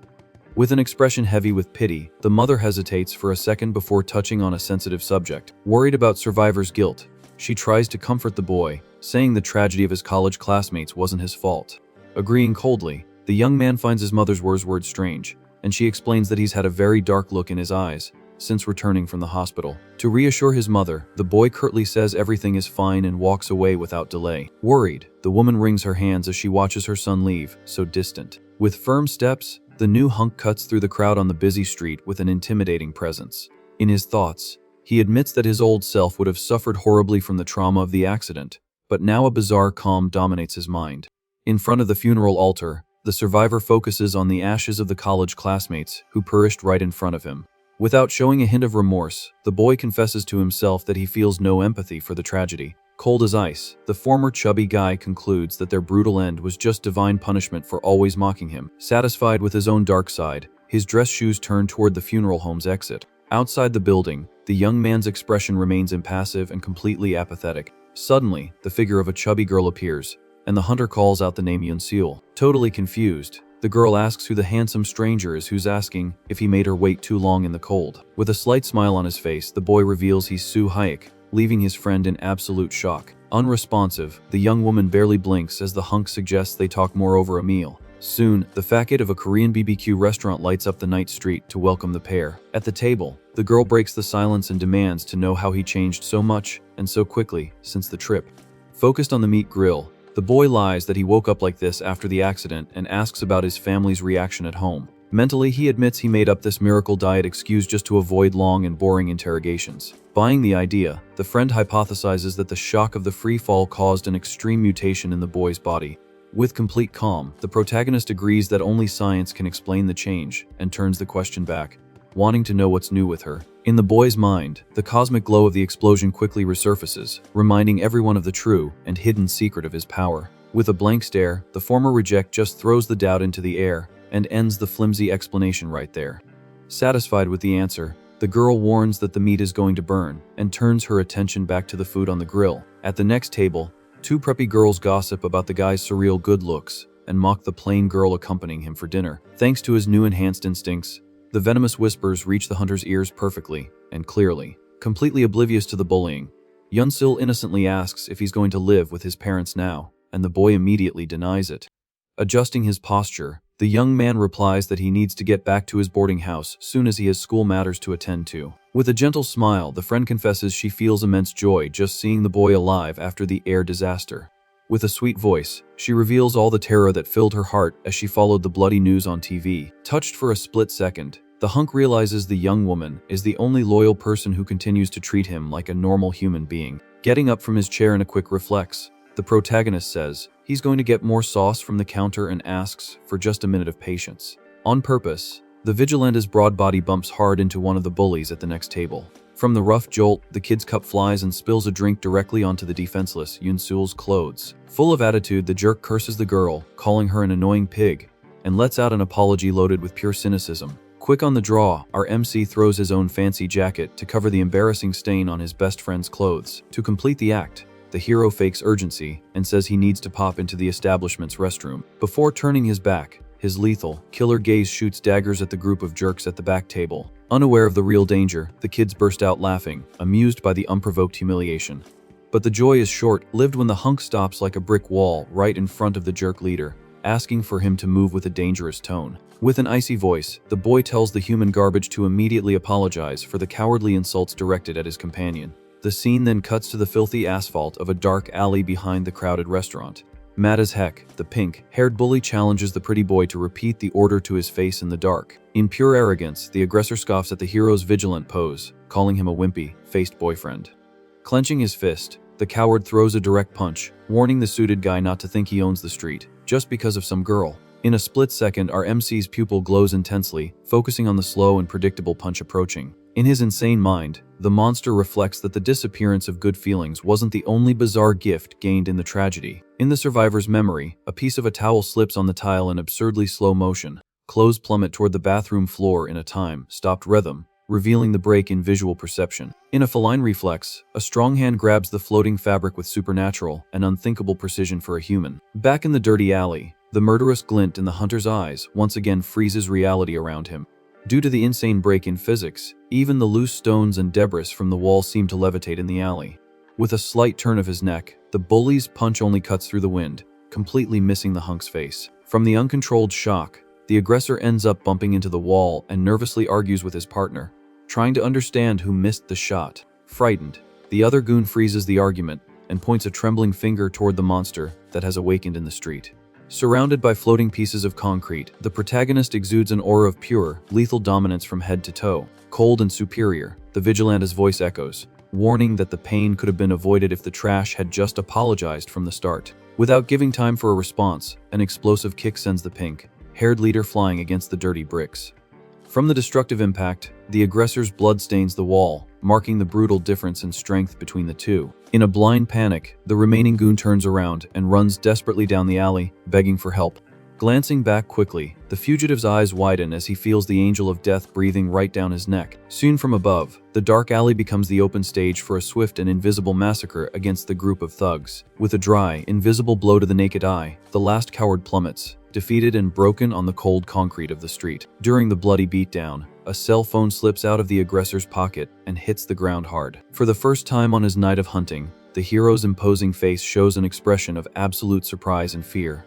Right at the entrance of the violent scene, the witness's short breath reveals the worst mistake the hunter could have made. With wide eyes, the sweet Yunsul says the boy's name, trying to understand the unbridled savagery in the dark. Trembling from head to toe, the poor girl repeats the call, frozen in pure terror of her monstrous friend. On the fallen cell phone, the police service operator answers immediately, demanding to know who is on the other end of the line. In the blink of an eye, the protagonist's silhouette rips through the alley's wind, flying toward the device on the ground. Before any scream can be heard, a firm hand intercepts the phone and cuts off the official call. The luminous emergency screen shows the call to the police number being abruptly disconnected by the vigilante. With hard, menacing steps, the overcoated silhouette slowly approaches the only innocent person in the area. Stumbling back in fright, the young woman swallows hard as she hears her own name come out like poison from the former chubby guy's mouth. Unceremoniously, the stained hand grabs the girl's wrist, completely preventing any chance for the witness to escape. With an icy gaze that pierces the soul, the killer silences his friend, telling her to forget absolutely everything. Pale and weak, the girl hears the final warning, receiving the sinister order to bury the nightmare she just saw deep in her mind. Under the late afternoon light, the building's facade marks the end of another day in our MC's life. He presses the button on the intercom, announcing over the radio that he has finally arrived. With his hand on the doorknob, the young man reassures his mother with a promise to keep in frequent contact from now on. In a quick toss, his wallet and phone land carelessly on the white table. Completely exhausted, the boy collapses on the bedroom floor, leaning against the edge of the new bed. With a long sigh, the former chubby guy tries to process the immense weight of this new, solitary life. Lost in thought, the hunk reflects that the expected limit was just moving a towel without much effort. In his mind, memories of heavy training sessions surface, with swift blows and destructive kicks tearing through the air. With a grim expression, the hunter inwardly questions the true extent of this supernatural strength. Immediately after, the doubt shifts focus, and he tries to understand the exact reason he received such an absurd power. Suddenly, his stomach rumbles loudly, forcing the kid to prioritize dinner before any other madness. A short time later, the glowing sign of a convenience store breaks the darkness of the deserted street. Facing the empty shelves, the customer grumbles in frustration at the lack of his famous curry ramen. In an aggressive outburst, a loud shout calls the cashier useless, right in our hero's ear. Furious, the blonde brute accuses the girl of treating him like a criminal while the cashier tries to defend herself from the unprovoked aggression. Gripped by fear, the employee weakly states that products require payment before consumption in the store. With a violent bang, the thug's tattooed hand slams down hard on the glass counter. Yelling, the jerk calls the girl stingy and aggressively swears he'll pay the bill without skipping out. Terrified, the cashier immediately apologizes and begs the man to stop causing a scene. Without a shred of pity, the human garbage raises his arm, ready to slap the defenseless girl. Out of the corner of his eye, the protagonist watches the cowardly act, his blood boiling with pure rage. Faced with the physical threat, the employee cries in panic, huddled behind the cash register. Firm footsteps echo down the snack aisle as the hunk decides to end the charade. With his back to the scene, the hero lets out a curse and says that all the shouting has ruined his mood. Already outside, the thug lights a cigarette, annoyed by the audacity of the stranger who got in his way. With a shout of intimidation, the blonde turns to the side, looking at the hooded kid with disgust. With his hands in his pockets and an unshackable expression, the hunter walks calmly and asks if this is fun. Straight to the point, the Vigilante questions if humiliating weaker people brings any amusement to the street coward. In an ironic tone, the thug complains about his bad luck, noting that the entire universe seems to be testing his patience today. In a fraction of a second, the sound of a brutal impact echoes loudly, cutting through the silence of the remote neighborhood. In a surprise attack, the thug lands a solid punch to the face of our blue-hooded hero. After the impact, the blonde aggressor takes a few steps back, thinking he's the real king of the street. In an arrogant gesture, the human garbage brags that the kid is incredibly lucky he's a nice guy and went easy on him. Certain of his victory, the coward lets out a loud laugh to celebrate his superiority. Ignoring the useless punch, the protagonist just looks up with an unshackable and deadly expression. Thinking the fight is over, the thug gets into his own car with a sigh of relief. Quick on the command, the thug's finger hits the ignition button to start the vehicle's engine. Through the front mirror, the criminal's face contorts with extreme hatred upon seeing the victim standing in front of the car. Spitting insults, the driver shifts into gear, unable to process the kid's audacity. Sticking his head out the window, the thug screams at the top of his lungs, ordering the idiot to get out of the way. Cold as ice, the hunter murmurs to himself that society's rules don't apply to human scum. Fuming with irritation, the coward decides to ditch the dialogue and gets ready to resolve the situation with pure brutality. With a jolt at the handle, the thug panics, not understanding why the door is still stuck. Outside, the protagonist's eyes glow intensely with blue energy the moment his hand firmly grips the car's metal. Desperate in his prison, the driver slams his foot on the accelerator, making the car's tires screech and send up thick smoke from the asphalt. Trapped, the thug stammers in terror in the face of a completely abnormal, invisible force. Under the massive pressure of the hero's fingers, the vehicle's entire body dents and creaks like crumpled paper. Completely shocked, the aggressor screams confused questions, unable to believe the level of his enemy's physical strength.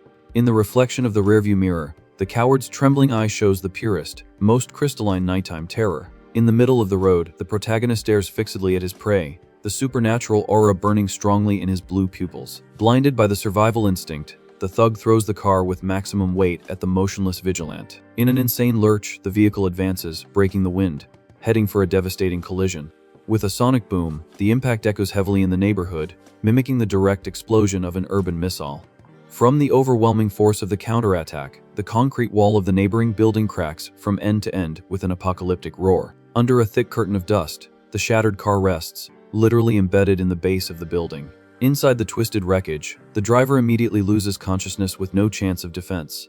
Startled by the widespread chaos, civilians run out of the store to check the rubble in the street. In a state of denial, the cashier stammers that the crazy driver just crashed into the wall out of nowhere. All broken and stained red, the criminal's body slumps inertly over the destroyed steering wheel. Surrounding the disaster area, pedestrians scream for urgent help from any ambulance in the region. In the midst of the crowd of onlookers, the hooded hunk passes by unscathed, walking calmly next to the store cashier. Suddenly, the girl raises her voice and gets the savior's attention with extreme politeness. Stopping mid-stride, the hero turns his body and listens to the girl ask if she can ask a question. For the first time since the tragedy, the MC's mind truly clears, and the meaning of that insane gift finally makes sense. With flushed cheeks and a racing heart, the employee stares at the incredibly handsome face of the mysterious customer. In his epic personal conclusion, the Vigilante internally accepts the mission to use this divine strength against oppressors. With a gentle and disarming smile, the hunter ignores the heroic tension and innocently asks if the curry ramen is back in stock. The next day, the gigantic architecture of the baseball stadium gleams under the bright afternoon light. Over the sound system, the game's announcer calls the end of the 9th inning and summons the rookie prodigy, Kang Song-won, to the plate. With the impeccable posture of a veteran, the young player focuses on the target while the stands demand a historic comeback. In a precise and fast pitch, the pitcher sends the ball cutting through the wind, straight to the batter's box. Far from the sport's glory, the scene cuts to the back of the school with a cocky kid puffing on a vape. With a perverse smile drawn on his face, the goon with the piercing watches as fear dominates the isolated room. Head down, the dejected look of the masked boy reflects his humiliating submission to the gang's bullies. Kneeling on the floor, the trembling background character apologizes to the star athlete, fearfully explaining that the sweet buns ran out in the cafeteria. With trembling hands, the nerd says he brought red bean bread instead of the other snack. With a cynical smile, the jock bully pretends it's all good since the item was sold out. Confused, the lackey stammers, asking about the other goon's food, and admits he didn't receive direct orders from them. In a corner of the room, the jerk with the piercing takes a drag from his vape with a look of pure mockery. With a rough tug, the thug snatches the bread from the boy's hand and declares that our MC has no right to eat. Without any warning, a cowardly punch flies straight into the face of Soo Haik, who is lying on the ground. Standing over the victim, the coward curses the kid, telling him to get up and stop being lazy. Joining the commotion, the suited guy with the vape coldly comments that a weak kick like that is useless. With pure violence, the sadist stomps hard on the fallen boy's head without the slightest pity. Crushed against the floor, our hero's bruised face reflects the most absolute humiliation and silent pain. Cutting straight to the present, the sharp crack of a baseball bat echoes loudly on the TV broadcast. Launched with brute force, the ball tears through the stadium sky in a perfect, unreachable arc. Through the microphone, the announcer screams wildly, celebrating the incredible home run by the golden rookie, Kang Song-won. In front of the screen, the hunk smiles to himself and congratulates his former aggressor in a sinister and calculated way. In the back of his mind, the Avenger ensures that his enemy's fall will be much more destructive now that the scumbag has reached the pinnacle of fame. Far from the illuminated stadium, the sound of a delivery motorcycle cuts through the dark night of the industrial zone. On the glowing sign, the Chinese restaurant's lettering blinks, half-lit, in the alley. Pulling off his helmet, the delivery driver is revealed to be none other than Joan, Ho from their school days. Eyeing the abandoned building, the biker radios in and questions if this is really the right delivery address. Sighs of anger escape the delivery driver's mouth as he figures it's an order for some construction worker and decides to head into the dump. Crossing the old door, the boy announces the order loudly in the middle of the darkness. At the back of the warehouse, the newcomer spots a silhouette and asks if he was the one who ordered the spicy soup. In an icy tone, the masked man tells the biker to leave the food right there on the cement. Boiling with irritation at the customer's attitude, the thug grumbles under his breath, but obeys the order. Sitting in the shadows, the hunter calmly announces that he doesn't have money to pay the 7,001 bill. Pointing to the untouched bowl on the floor, the Vigilante coldly states that the soup is all spilled. With a nervous smile, the delivery driver retorts that the dish is perfect and asks if the stupid joke has gone too far. In that exact split second, the MC's eyes glow a terrifying blue, activating his telekinetic force. Thrown by an invisible blow, the bowl flies sideways at a frightening speed, tearing through the air. In a hot, heavy impact, the entire soup explodes directly in the bully's face with no chance of defense. With a diabolical smile, our boy mocks him, asking if he hadn't warned him about the spill earlier. On the dusty floor, the empty metal bowl drips the last of the red broth, staining the ground. Overcome by extreme pain, the aggressor's eye widens in pure, burning desperation. With a sharp scream, the biker loses his balance and stumbles backward, terrified, trying to wipe his face. Slamming hard against the rubble, the sound of destruction breaks the funereal silence of the warehouse. From the clumsy jolt, the coward's body smashes the wooden planks against the cold wall. Lying in the trash, the ex-bully writhes and screams while the mysterious customer just watches from the sidelines. In a smooth and imposing motion, the hunk rises from his chair, ready for the main event. Slow, heavy steps mark the approach of the true predator toward his fallen prey. Whimpering in the corner, the thug demands to know the identity of the psychopath in front of him. Pronouncing the thug's full name, the Vigilant asks if his memory has erased his past crimes so easily. Shocked by the mention of his own name, the biker's jaw locks on the spot. Face to face with his enemy, the hero recalls the times of humiliation, serving as a doormat for the human garbage. Revealing his true face, the survivor states his name is Koisu, Hayuk, and watches as the realization hits his enemy hard. Boiling with rage, the aggressor tries to regain his bravado and screams, demanding to know if this is some kind of setup. Immobilized by a bizarre pressure, the coward screams in fury, asking the reason for so much torture over some stupid thing from the past. With the utmost calm, the former chubby guy cynically admits that the revenge might indeed be a silly whim. Without touching a single finger, the hunter makes a wooden chopstick tear through the air and levitate, sharp as a steel needle. In the blink of an eye, the object's tip aims directly at the sweaty forehead of the terrified delivery driver.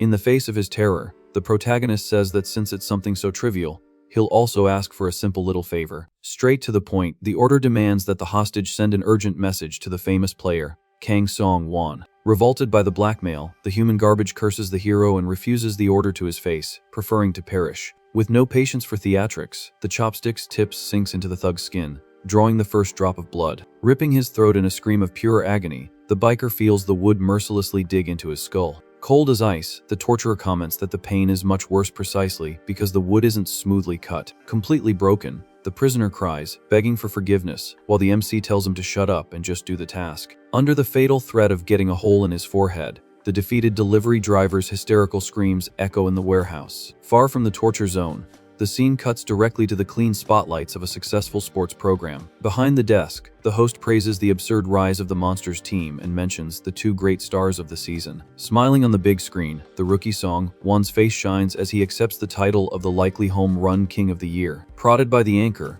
the athlete is pressured to reveal the big secret to his meteoric success in the league. Selling the perfect good boy image, the player responds that all the hard work since childhood has finally paid off.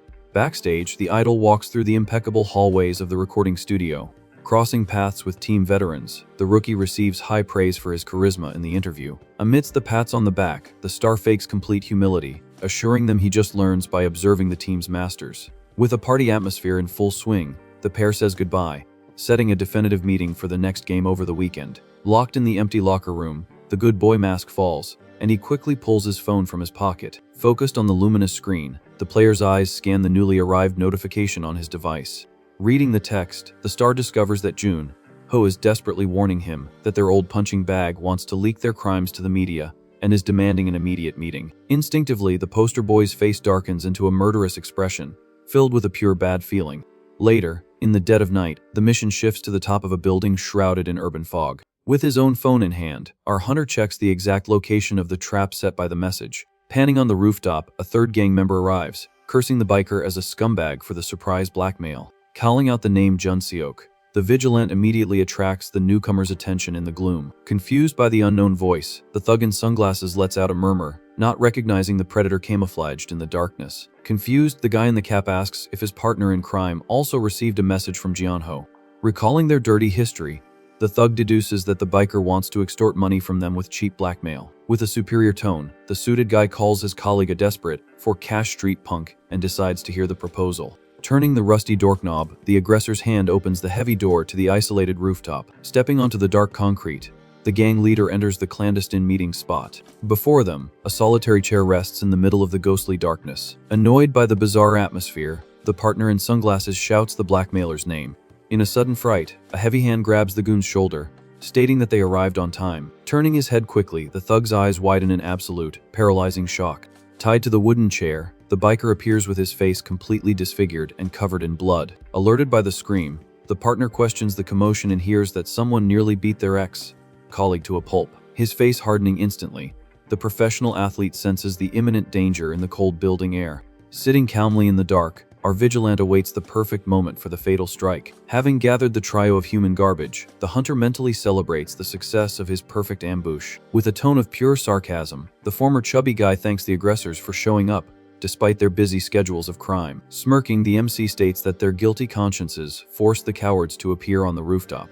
Boiling with rage, the goon in sunglasses demands to know the true identity of the cocky meddler. Straight to the point, the athlete points a finger and deduces that this kid sent the fake bait message. Maintaining a tough guy pose, the gang leader questions the ultimate goal of this nighttime charade. Adjusting his position in the chair, the Avenger pretends to think of a creative answer for the human garbage. Without asking for money, the hunter reveals that he only wishes to watch a very specific and violent spectacle. Under the moonlight, the hunk's eyes shine with a relentless and deadly thirst for vengeance. In the dark memory of the past, the scared face of the chubby nerd resurfaces, full of terror and submission. During the flashback, the bullies force their doormat to humiliate another weak student in the school courtyard. Back in the present, the Vigilante dictates the golden rule, demanding a brutal fight between the trio until only one free winner remains. In the past, the sadistic leader confirms the cruelty of the sports bet with a sick smile. Agreeing with the wickedness, the fake hero promises ultimate freedom to the winning puppet of the Fight Club. Pushing the chubby kid, the aggressors force him to fight against a smaller and completely defenseless classmate. Through psychological pressure, the thug asks if the nerd wants to suffer humiliation until the end of high school. Blinded by desperation, the young man clenches his fist and buys the false promise of eternal freedom. With thick tears in his eyes, the poor guy freezes before the cruel order to beat up an innocent person. In a lapse of conscience, the chubby hand loses its strength and recoils from the cowardly attack. Crying heavily, the boy refuses to hit his own friend and defies the gang's rules. With a thunderous impact, our MC's face receives a brutal, completely unexpected, and treacherous punch. Screaming, the thugs cheer with joy at the surprise attack from the other oppressed boy. Thrown to the ground, the former chubby guy's eyes widen in disbelief at the instant betrayal from his fellow sufferer. Trembling with fear, the skinny boy tearfully apologizes for his selfish and desperate action. With no options, the boy advances again and throws clumsy punches to the crazy applause of the psychopaths. Instructed by the villains, the makeshift aggressor focuses on the silent victim's jaw. Swallowing his own blood, our MC feels pure rage take over his bruised and exhausted body.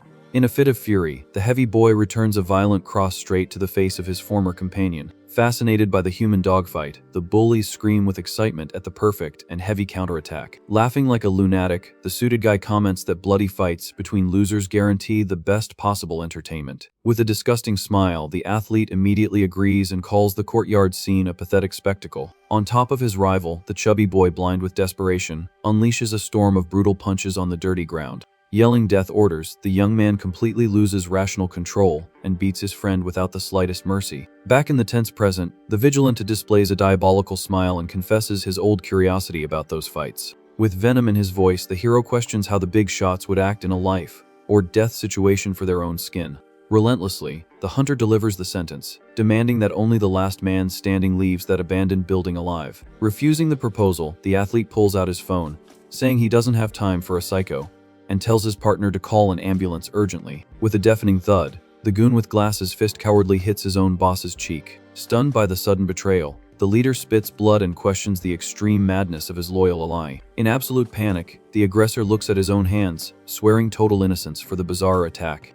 Against his own will, the lackey's arm shoots forward like a rocket and lands another devastating punch on the jock's face. Screaming in fury, the boss curses his partner as an imbecile, while the poor guy cries, saying his body has a mind of its own. In the darkness of the rooftop, our Avenger's eyes emanate supernatural energy, approving the puppet's accurate blow. Mad as heck, the athlete retaliates with a heavy cross, not understanding the invisible force dominating the area. In a rough advance, the jock's firm hand grabs the fragile neck of his former partner in crime.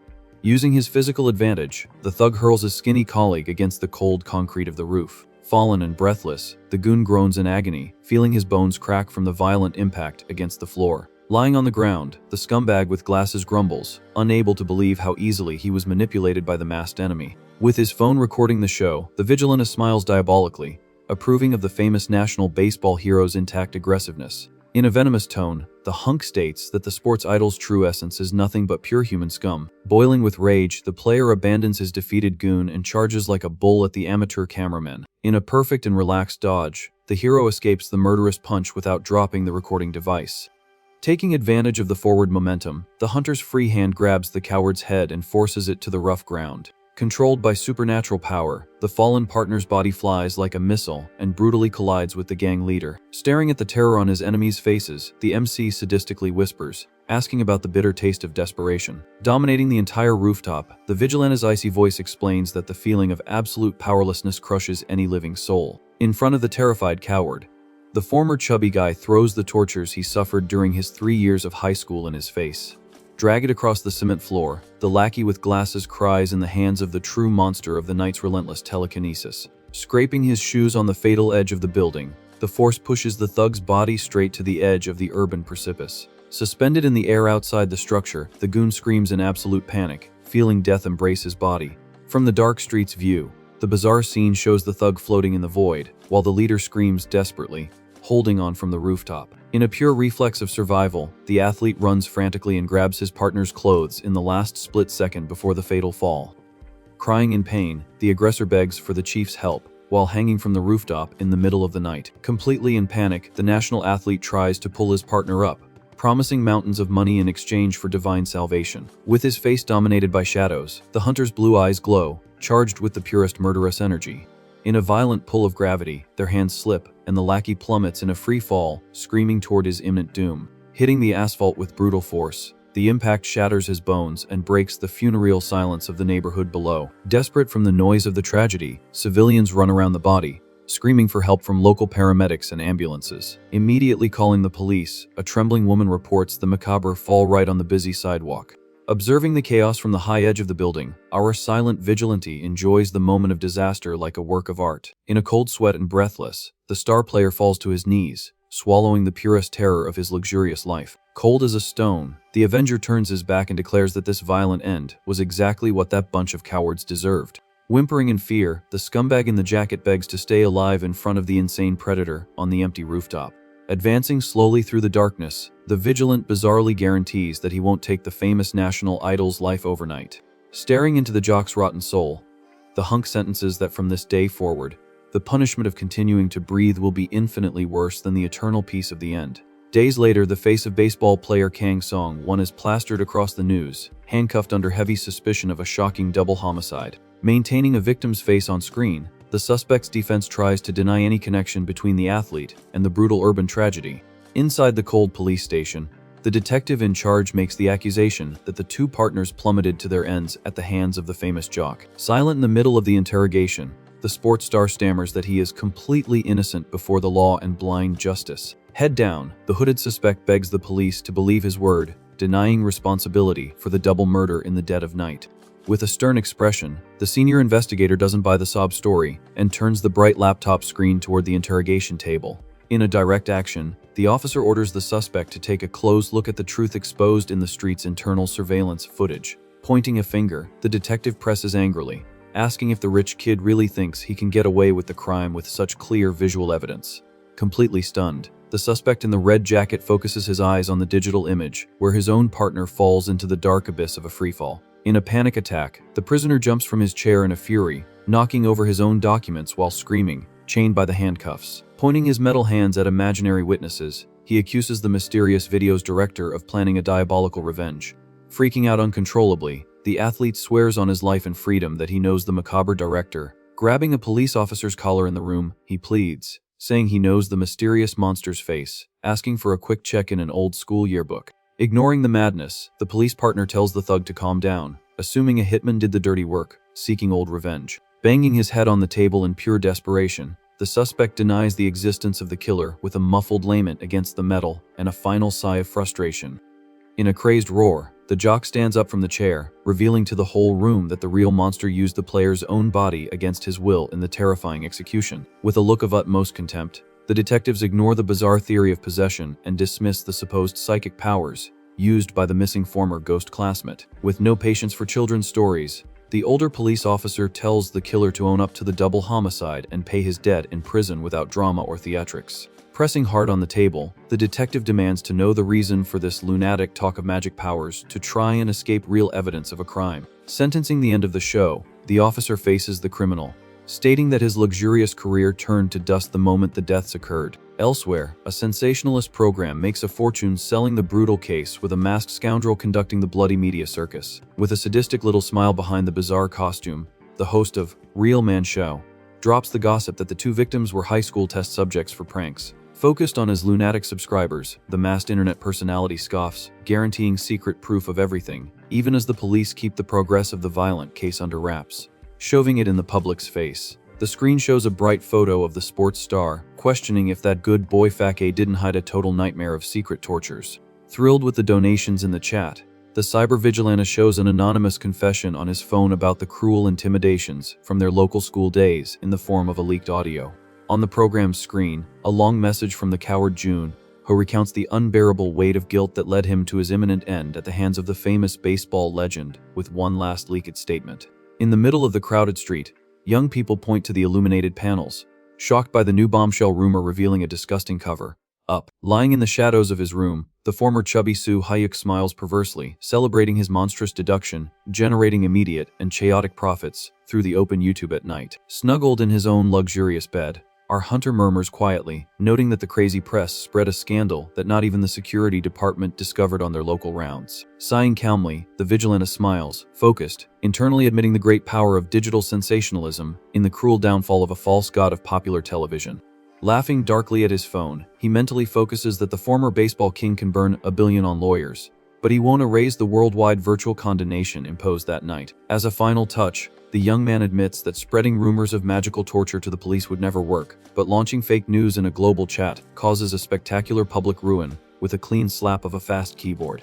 Returning to the luminous screen, the masked host summons the audience for the grand main event of the chaotic night. Excited as a kid with candy, the digital showman displays the shaky footage, guaranteeing incredible scenes of the brutal rescue of innocent lives near the fire in the central residential district of the rich South Korean city of Seoul. Replaying the feat on his homemade studio's big screen, the YouTuber points, shouting celebratory that the fast silhouette proved to the world the glorious and mystical existence of the true and feared flying Vigilante. Jumping from his own chair, he demands massive hype, stating with absolute certainty that the impossible colossal takeoff shows paranormal action. Ending the crazy program, the anonymous host vows to track the breadcrumbs across the country, wanting a public union in the hunt for the truth regarding the current super-powered appearances all over social media. Smiling sadistically in his own base, our reformed villain gets excited and finds the widespread reaction fantastic. Pulling together the pieces on the chessboard, he reflects freely and admits a disturbing but true and brutal idea. Right in the middle of the calm of the mansion, isolated by the forest and luxurious mountains, staring into the darkness at the end of the night, the other survivor of the air tragedy pulls the blanket up to sleep in desperation and the sepulchral silence of his closed, an imposing dwelling in the quiet, rural, cold, and sad area of his homeland's remote hills. Sweating profusely, our lonely wheelchair-bound protagonist just sighs, remembering the ghosts and fears that never sleep in the cruel dead of night. In a quick flash of memory from the accident, the powerful high beams of the loaded truck shine dazzlingly on the smooth asphalt, tearing through the dark road before the violent collision. Waking up in a pure fright, the kid swallows hard and lets out a muffled sound of startled surprise in the sweaty, messy bed of the huge, unlit room, illuminated only by the light from the region's cold window. Returning to the destructive flash, a violent noise rips the sides of the road during the crash, and the imported vehicle's windows shatter in a cursed, ripped cloud from end to end, with no mercy for the life and family inside. Unforgivably at the terrible intersection of a perverse world. In a cursed fraction of a second, the comet, like collision, destroys all the side paneling, marking pure blood of infernal pain in the souls of the mortal witnesses. Ripped away by the monstrous crash, the family car tumbles badly off the guardrail, flipping over and scraping the cold asphalt of the rainy road. Thrown upside down in the crushed wreckage of the overturned family car, a dry scream from the desperate father echoes in the cabin. Crying in pure childish terror in the tight car seat, our MC screams for his own injured parents, trapped in the shattered metal. In the bloody front seat, a weak and frightened voice murmurs, responding that they're alive, with a heavy, injured head against the car's broken and shattered dashboard in the shallow, muddy ditch after the monstrous, murderous impact on the dirty, cold, and sad highway. Screaming, the mother scratches at the door with stained nails, responding desperately, crying rivers, begging her trapped and screaming son for patience. In a drag-out groan, the child in the backseat confesses to have fractured both legs from the brutal jolt of the cursed metal, crushing his weak shins trapped between a heavy door, crushing his small, soft knees. Out of nowhere, in the dead of night and fog, the guilty truck driver appears, apologizing at the shattered window, claiming soon after to pull everyone out with great caution from the destruction of the imminent, fast, and infernal fire in the diesel tank at the back. In a strong but clumsy pull from the hole, a strong adult hand rescues the chubby body of the injured kid himself, placing him in the grass. With all the devotion in the world, quick prayers come from the window as the mother cries, at the end of her rope, telling him to disappear through the window with her son, while the man promises safety. Out of danger in the hands of the guilty party's cowardly help, the adult rocks the little boy, falsely promising protection in the dark night while the horror continues in the background on the empty highway. With no chance of nearby police in the long, magical minutes of a cursed life thrown into the middle of the highway, quicken his extreme betrayal of the danger, a gruesome sound of skidding and a jolting tire escapes, disgustingly peeling out of that hell in a murderous action. Speeding far away, noticing the headlight beam escape with the roar of the heavy engine, the child freaks out, knowing it was a false pardon, falling from pure, innocent ignorance into the monstrous, tragic trap of the drunk, scumbag driver's escape. In a deafening terror, the tire cowardly accelerates, disappearing far away without the mother inside, just vanishing in the dead of night, gone like a cowardly rat. Terrified, the dragged away kid cries and roars for help on the cold roadside with excruciating pains, calling names and crying with blind, wretched rage, crying with tears in the bloody, cruel night of abandonment, in the blind, cruel, and cowardly human desperation, without the cruel remorses of the cold, rotten, blind monster, abandoned, everything to the blind world of rage. Right after the last loud scream for help in the darkness, smoke rises from the destroyed car at the terrible moment of the tragic, apocalyptic explosion, extinguishing the cruel red sun forever, vanishing from the face of the earth in an unbearable, disgusting, destructive, infernal way, without any forgiveness for the rest of his life in the tormented soul of the poor, defenseless MC, injured in soul, heart paralyzed there, falling blind and mute in an insane, absurd, priceless trauma without the mercy of the gods. Drawing a dry breath into his lungs, the nightmare quickly shatters in the frightened eyes of our true, shaken protagonist, waking in absolute panic, lying trembling, sweating rivers, forcibly reliving the macabre ghost tormenting the mind of the sick, merciless killer, laughing at the cruel, monstrous, inhuman, disgustingly brutal cowardice. Waking with a start, the boy sits up in bed, panting, after reliving the entire trauma as a nightmare in the dead of night. Clutching his chest, he sighs heavily, struggling to calm his racing heart. In the darkness of his room, the kid bites his finger, replaying the cruel scene in his head one more time. In a sure-footed leap, the agile silhouette runs swiftly across the city's rooftops under the starry night sky. With absurd elasticity, the kid overcomes obstacles and flies over high walls with the greatest of ease. In a silent landing, his white sneakers touch the awning of a building, perfectly hidden from the public radar. Advancing across the empty rooftop, the protagonist hears the sound of his own breathing in the dark. Tired of the unanswered questions, the young man takes a deep breath, reflecting on the tragic day the plane went down in the middle of the jungle. Far from the tragedy, traffic flows smoothly on the modern highway cutting through the center of the bright Asian metropolis. In his painful memory, the cars rest crushed and wrecked near the enormous urban ditch, darkened by ugly stains. Immersed in the memory of the cruel accident, his mother's scream echoes, pleading for the salvation of only her little son trapped in the crushed car. In this distorted vision, the injured woman deceives the boy with smiles and caresses, promising to follow soon after he gets out safely.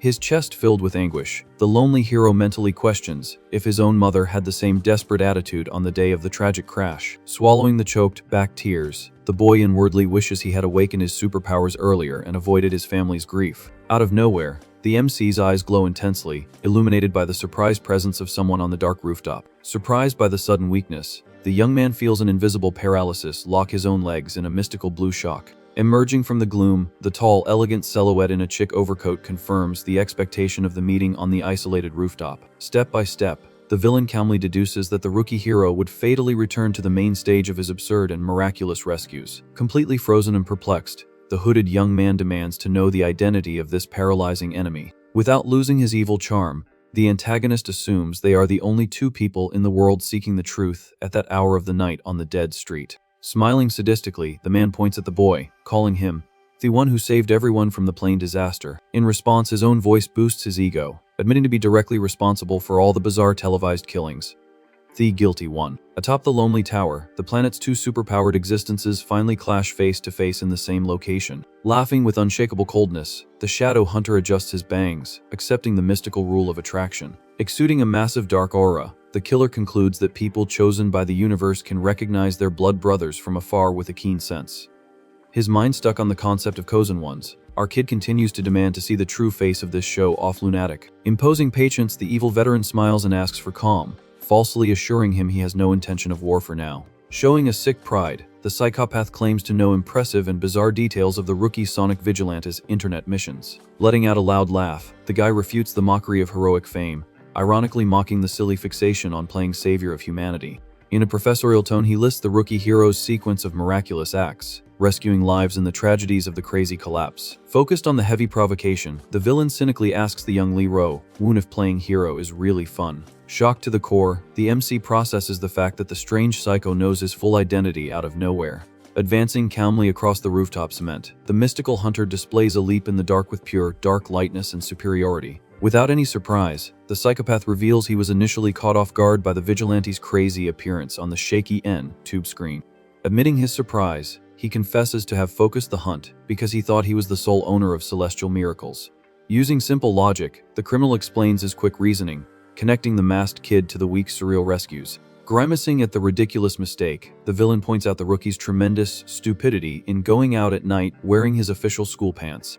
Displaying the proof on his phone, the frozen image focuses on the typical black and striped student pants at the exact moment of the first jump from the window into the violent fire. With his eyes fixed on the obvious explanation, our fake wheelchair user recognizes the grotesque failure of his useless disguise that gave his own name away to the world. In a slow, definitive step, the psychopath nails the theory, drearily asking if the rookie student was present at the terrible urban crater. Shocked to the bone, the boy sees the true demonic face laughing nearby, confessing the worst sin of the century. With disgusting naturalness, the evil master admits to using his superpowers to sink the road, purposefully taking lives and trapping those humans. Shamelessly, the scoundrel complains about the poor quality of the soil for giving way too much and causing such a problem for the fake hero's rescue. Faced with that monstrous revelation, blood boils in the boy's brain, causing a sonic burst charged with brutal fury. Delivering an explosive blue advance, the vengeful punch tears through the air, straight for the dangerous psychopath's cynical face. With a dry thud, the lethal punch is blocked out of nowhere by the impenetrable psychic wall erected by the experienced hunter's invisible mental defense. Staring at the child's fury, the monster's celestial pupils shimmer brightly, repelling the full weight of the young man's heavy, enraged sonic fist. Twisting his own body in a reflex of blind fury, the hero lands a thunderous kick on the spiritual wall, creating cracks in the invisible concrete of the empty rooftop's superior air in the dark night. Pressing his force to the maximum, the hero accuses the psycho, asking the real sadistic reason for sinking an urban street and taking the lives of mothers on the cold earth. With hatred boiling in his blue eyes, our young man advances again, yelling about the child and parents who almost lost their lives in the sick accidents caused by the new gods. Smirking subtly, the killer points a cold gaze, instructing the enraged young man to be careful in the next few seconds to save his own soul and body from the real and dangerous shattering of the imminent fatal destiny on the dark Seoul street, under the mantle of the stars of the frigid and rainy dawn of the imposing and dangerous South Korean capital. Trapped in the continuous attack, the boy's retinas capture too late the sudden change in the bizarre flow of the enemy's power hidden in the cold dark. Like flying knives made of energy, the pure blades cruelly and relentlessly tear through, throwing the boy's weight meters back like a leaf swept by the wind from the impact of shattering glass on the hard asphalt. Shattered by the invisible shockwave, the young vigilante flies and plummets, tumbling brutally onto the bricks, shattering the concrete with a muffled and tense sound in the cold air of the dangerous capital on the isolated top. Adjusting his imported suit, the master villain orders the recruit Lee Ro-woon to regain his composure from the heavy shock in the face of superiority. Cold and impeccable in his words, the killer reaffirms his original promise, guaranteeing his true, feudal intentions were only to talk, not to trade weak blows with inexperienced and whiny, overly immature amateurs. Completely dominated by the shock, our fallen wheelchair user quickly concludes the Thug's lethal psychic specialty, muttering, brutal telekinesis. In the dark, without hesitating, the MC lays his cards on the table, demanding a sincere answer about the scumbag rich kid Tae Ot-1 and the murderous crushing of the playboy in the luxurious university hospital with the door locked in a cowardly fury of twisted justice in the dark. Bloody world of the brutal, violent Korean dawn in the merciless, real, brutal killer world of the disgusting, cold shadows of the loose wolves of infernal, cold and sadistic evil of corruption and absolute, brutal blind, cowardly, unpunished lies on the cold, rainy asphalt. Completely straight-faced, the hunter in the brown jacket calmly agrees, openly admitting to the bloody act that decimated the noble trash in the midst of police security and the luxurious VIP suit. Cleanly, sadistically, and monstrously, without any remorse in his actions and with an icy coldness in his fixed, cold gaze, like a true merciless and imposing lion king in the bizarre game. Laughing more freely now, the psychopath praises the rookie's frustrated intentions, confirming he only finished, without error and with brutality, the mediocre job of warning and the failed punishment of our overly good-hearted hero. Too cowardly for real blood and real, brutal deaths of the clean destiny of lethal social cleansing of the weak, filthy, scummy, perverse, corrupt, insane, fake, disgusting, useless planet. Agitated and confused, the rookie recruit disagrees with the massacre, justifying that there was an agreement with the cursed hair for a sincere payment for the grave mistake against the innocent civilian lives torn apart by wheels and pure alcohol and the crazy, blind, and cowardly accident of absolute cowardice. Letting out a short laugh, the psychopath cruelly mocks, warning of the immense, blind, and stupid naivety of the good-hearted little boy with the weak soul of a pitiful, cowardly, nice guy full dealing with born filthy criminals on the blarney, cold, dark, cursed, rotten, damned earth of the underworld of blind money, of the loose impunity of the unpunished, corrupt, slick, crazy, blind, useless, filthy, murderous, cowardly, trashy, sewer-like, bizarre, cold capital of macabre, disgusting, tragic shadows of the silent, muffled, easy, fake, mortal deaths of the rich, disgusting, protected, cowardly upper class. Staring from above, the killer points out the extreme stupidity and the unrealistic belief that magic punches make spoiled, disgusting, rich, murderous playboys change their rotten, trashy, cruel, filthy, sick, cynical, fake, lying, cowardly, cold, crazy, corrupt character from one day to the next in the real, rotten, filthy, lying, murderous, capitalist, selfish, dirty, disgusting, bizarre, blind, weak, sick, damned world. Dictating the laws of the jungle, the sociopath confirms that scum like these need complete elimination, brutal demise, pure eradication, lethal cleansing without tears or pity to save a weak, knave, flawed, corrupted, weak, and sick, stupid planet, scum of the useless plague of society's plagues.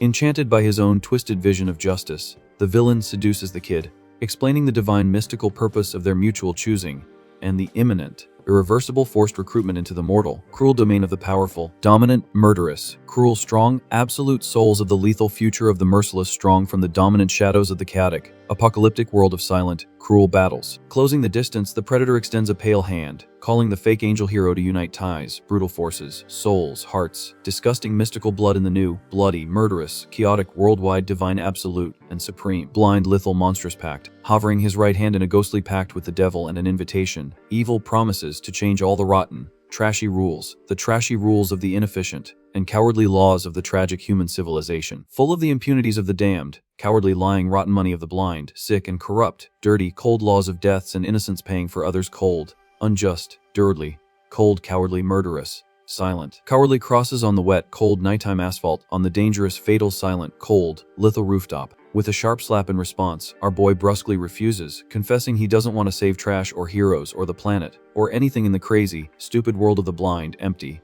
silly, ridiculous vanities of idiotic, arrogant, chronicle, lying, psychopathic, jerky, disgusting, filthy, pulthy, sewer, cowardly, harmless and weak, fake, sick, fifth-rate, cynical, annoying, jerky, cruel, dirty, ridiculous, disgusting, arrogant, cowardly manipulators. Drawing the raw instinct of lethal anger from his pants, his sneaker ignites cosmic sparks, exploding with an intense, violent, pure, raw electric aura, not listening to phony, crappy, idiotic, jerky, insane, and disgusting invitations on the dangerous rooftop with monstrous fury. Flying like a cosmic bullet, the sonic leg advances toward a bizarre, focused, and demon-fast kick to shatter the damned, cowardly, murderous brain of the arrogant hunter in the silent, cold, dark, and tragic, lethal, nocturnal, apocalyptic, sick, cold, bizarre, monstrous, dangerous, insane, tragic, dark.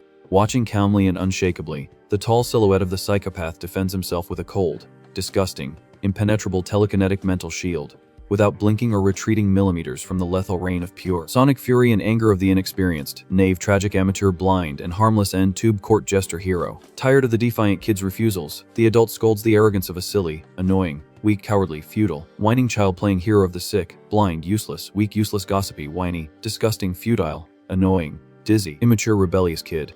Without blinking or touching the kid, the magic hand throws the force, brutally pushing boy's frail body meters and meters into the disgusting, floating black abyss, falling in a macabre and trapped to the floor below in the surprise of the insane, telekinetic, absurd, magical, monstrous, sonic, fast, and crazy, bizargic, dangerous, tense, mortal, crazy, and brutal magical combat. The next day, the chic and luxurious mansion dawns calm and sunny, isolated from the violent noise of the damned accidents of the big capitals of the imposing, prosperous, cold, dangerously, sad, monotonous Asian planet. In the main room, the caregiver checks the boring paperwork of her spoiled boss's rich routine, unaware of the violent and frightening blows suffered by the battered body of our secret injured hero on the smooth, luxurious floor, on the imposing sofa in the living room of the house of dreams and of endless, quiet, lukewarm, boring, peaceful fortunes. Focused on the paperwork, the caregiver explains the crucial details of the document to the young hero. Lost in his own thoughts, the boy concludes that the psychopath also survived the fatal flight in the jungle. Attentive to the boy's distraction, the woman tests his attention and receives a shallow apology. Understanding the situation, the employee decides to postpone the task and asks about her boss's health. Alone in the luxurious office, the kid stares at his own monitor with a completely lost look. Confined to his wheelchair, the protagonist listens to the caregiver ask how he's feeling today. Refusing to call a doctor, the young man assures her he just needs a little more quiet rest. Straight to the point, the hunter changes the subject and asks for the passenger list he requested the day before. Promptly, the woman informs him that the file has been sent by email and receives a quick thank you from her boss.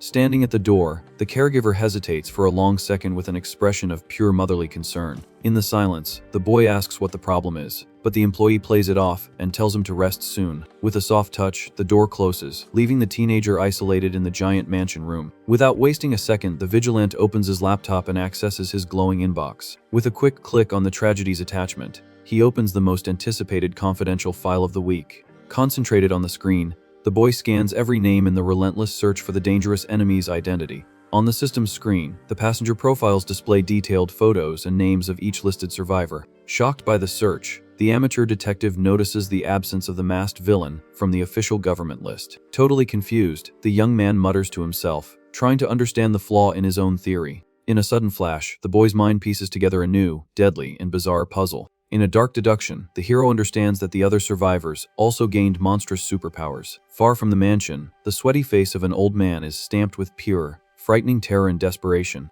In the middle of an open square, several police cars surround the dangerously armed man on the asphalt. Used as a shield, a civilian hostage hears the authorities scream for their immediate and unconditional release. With violent tremors running through his body, the kidnapper begs in a low voice for a safe escape route. In a roar of pure panic, the aggressor tells the police to disappear and leave him alone once and for all.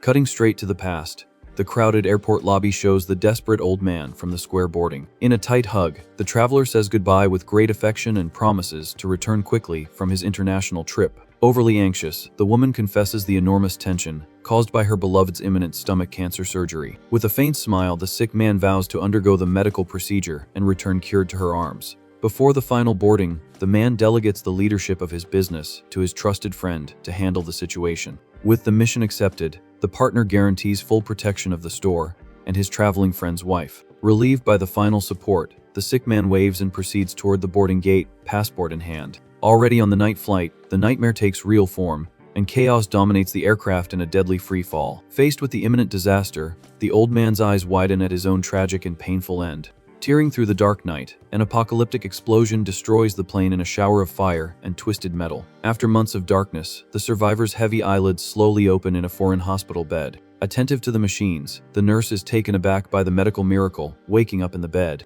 Without any physical strength, the patient tries to lift his weak torso, surrounded by breathing tubes on his face. Bathed in the sunset light, the clinic displays a peaceful and luxurious scene outside the room. With his head full of bandages, the old man stares at the foreign landscape, completely disoriented and confused in his bed. Down the silent hospital corridor, a man in a suit approaches the patient with an extremely professional posture. Handing over his business card, the airline agent takes on the accident case to provide legal support. Straight to the point, the foreign employee informs him of the 3 entire months spent in a deep and silent coma.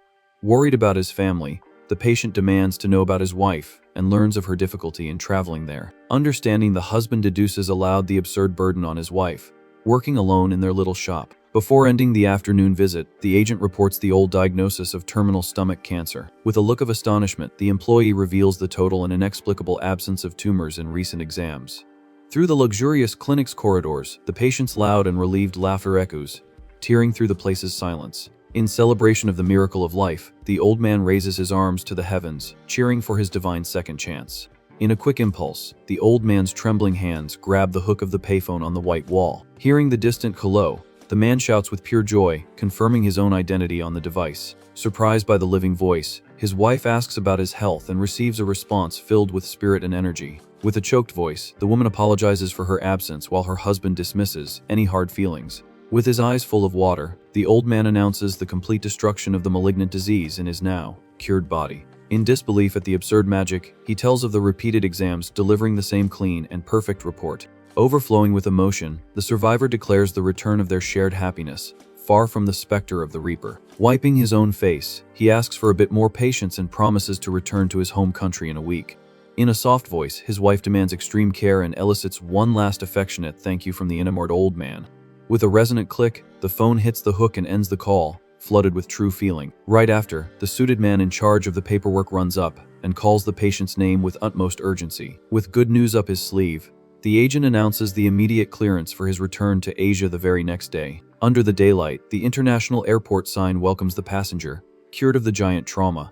Cutting through the wide streets, the white taxi speeds firmly on the asphalt with its final destination set. In the back seat, the cured husband spies the urban landscape, his heart overflowing with pure hope. With a restrained smile, the miracle patient savors the taste of a deserved new beginning, patting his relieved chest.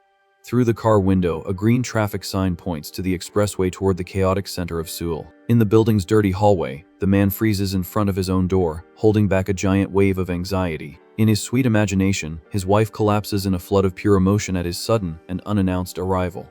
With a stealthy turn of the doorknob, the husband invades the familiar entrance hall in the silent stillness of the environment. As he looks down, his joy is murdered by the sight of a pair of men's shoes left on the clean floor. Confused by the suspicious scene, the old man quickly deduces a visit from some buyer in the nearby living room. But the deep and unmistakable voice of his business partner cuts through the air, questioning the return of the useless fool. In a direct response, his beloved laments her husband's return, while her lover resents the end of their immoral encounters. In catatonic shock, the husband hears his own wife celebrate his tragic coma as the most perfect vacation. On the messy bed, the shameless partner blames the mysterious cure, complaining about the $1 million loss from the life insurance policy. With a crash, the door opens, and the bouquet of flowers falls to the couple's bedroom floor. Totally in shock, the wife stammers her husband's name while her lover's eyes widen in the bed. Frozen at the entrance, the betrayed husband questions the reason for this atrocity in his own home. With his hands over his eyes, the man cries and asks how the two of them had the courage to do that. In a desperate attempt to get dressed, the woman makes up an excuse of a bizarre misunderstanding. With a violent punch against the wall, the old man tells his wife to shut up and stop with the lies. Devastated in front of the messy bed, the poor guy repeats the question, wanting to understand such filth. Without a shred of shame, the lover gets up and demands calm from the husband in that tense moment. Blind with rage, the cuckolded husband advances and lands a direct punch on the scoundrel's face, tearing through the silence. After wiping the blood from his face, the false friend clicks his tongue with an expression of pure mockery. With the utmost coldness, the traitor admits to the affair with the woman and shamelessly challenges the old man. With a rough shove, the scoundrel blames the husband, reminding him of his request to take care of his wife. Thrown against the furniture, the survivor hears the worst possible phrase that he should have stayed gone. Crouching near his rival, the false partner threatens and suggests they hush up the matter right there without making a scene. Consumed by absolute fury, the husband's face contorts into a mask of pure, mortal hatred. With an arrogant posture, the suited man reinforces the idea of a silent divorce as the best way out. Out of nowhere, the old man's mouth opens, and a jet of green acid explodes directly in his enemy's face. Hit square on, the traitor screams in pain as the toxic goo melts his skin in the blink of an eye. Across the bedroom floor, puddles of pure venom boil and release smoke, destroying the wooden floor. With no chance of defense, the scoundrel's body collapses, completely lifeless and disfigured in the room. With his mouth stained with venom, the killer himself freezes in shock at his body's deadly magic. In front of the melted corpse, the woman lets out a sharp scream of absolute terror.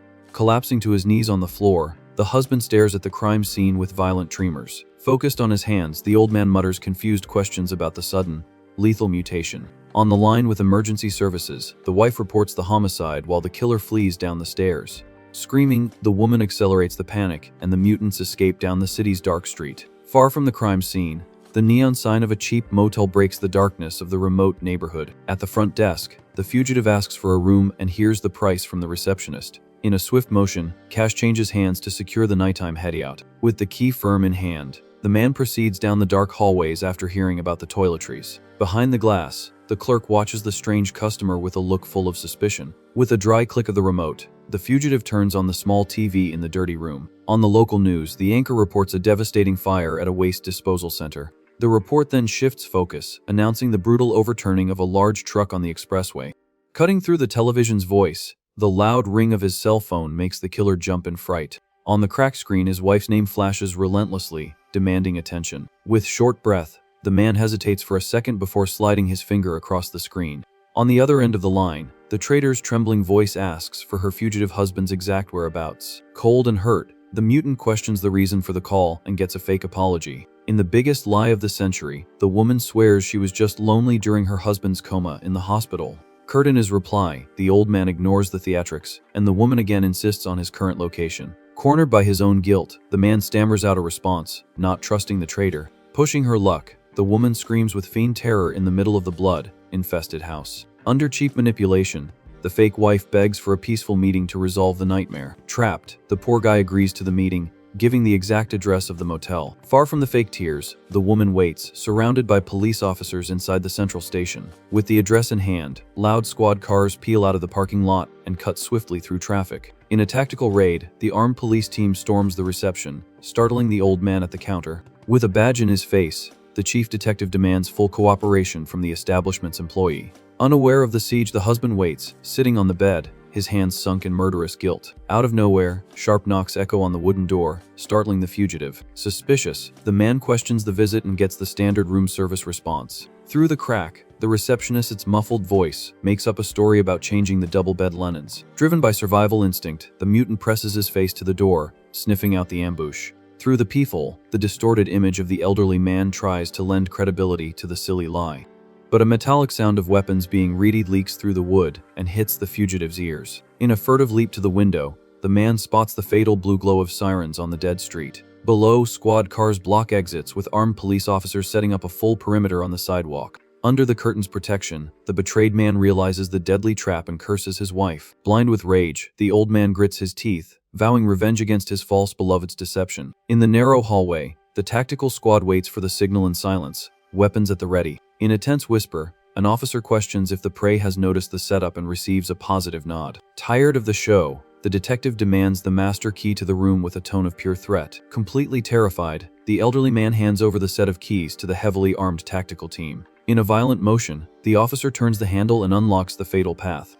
With a brutal kick, the door flies open for the heavy invasion of weapons and police shouts. In a quick sweep, the officers halt their advance in the face of an inexplicable physical scene. On the back wall, a giant melted hole boils under green, toxic smoke. Without breaking formation, the team turns around and dashes down the modal hallway, hunting the beast. In a quick descent down the stairs, the old man comes face to face with reinforcements blocking the central escape.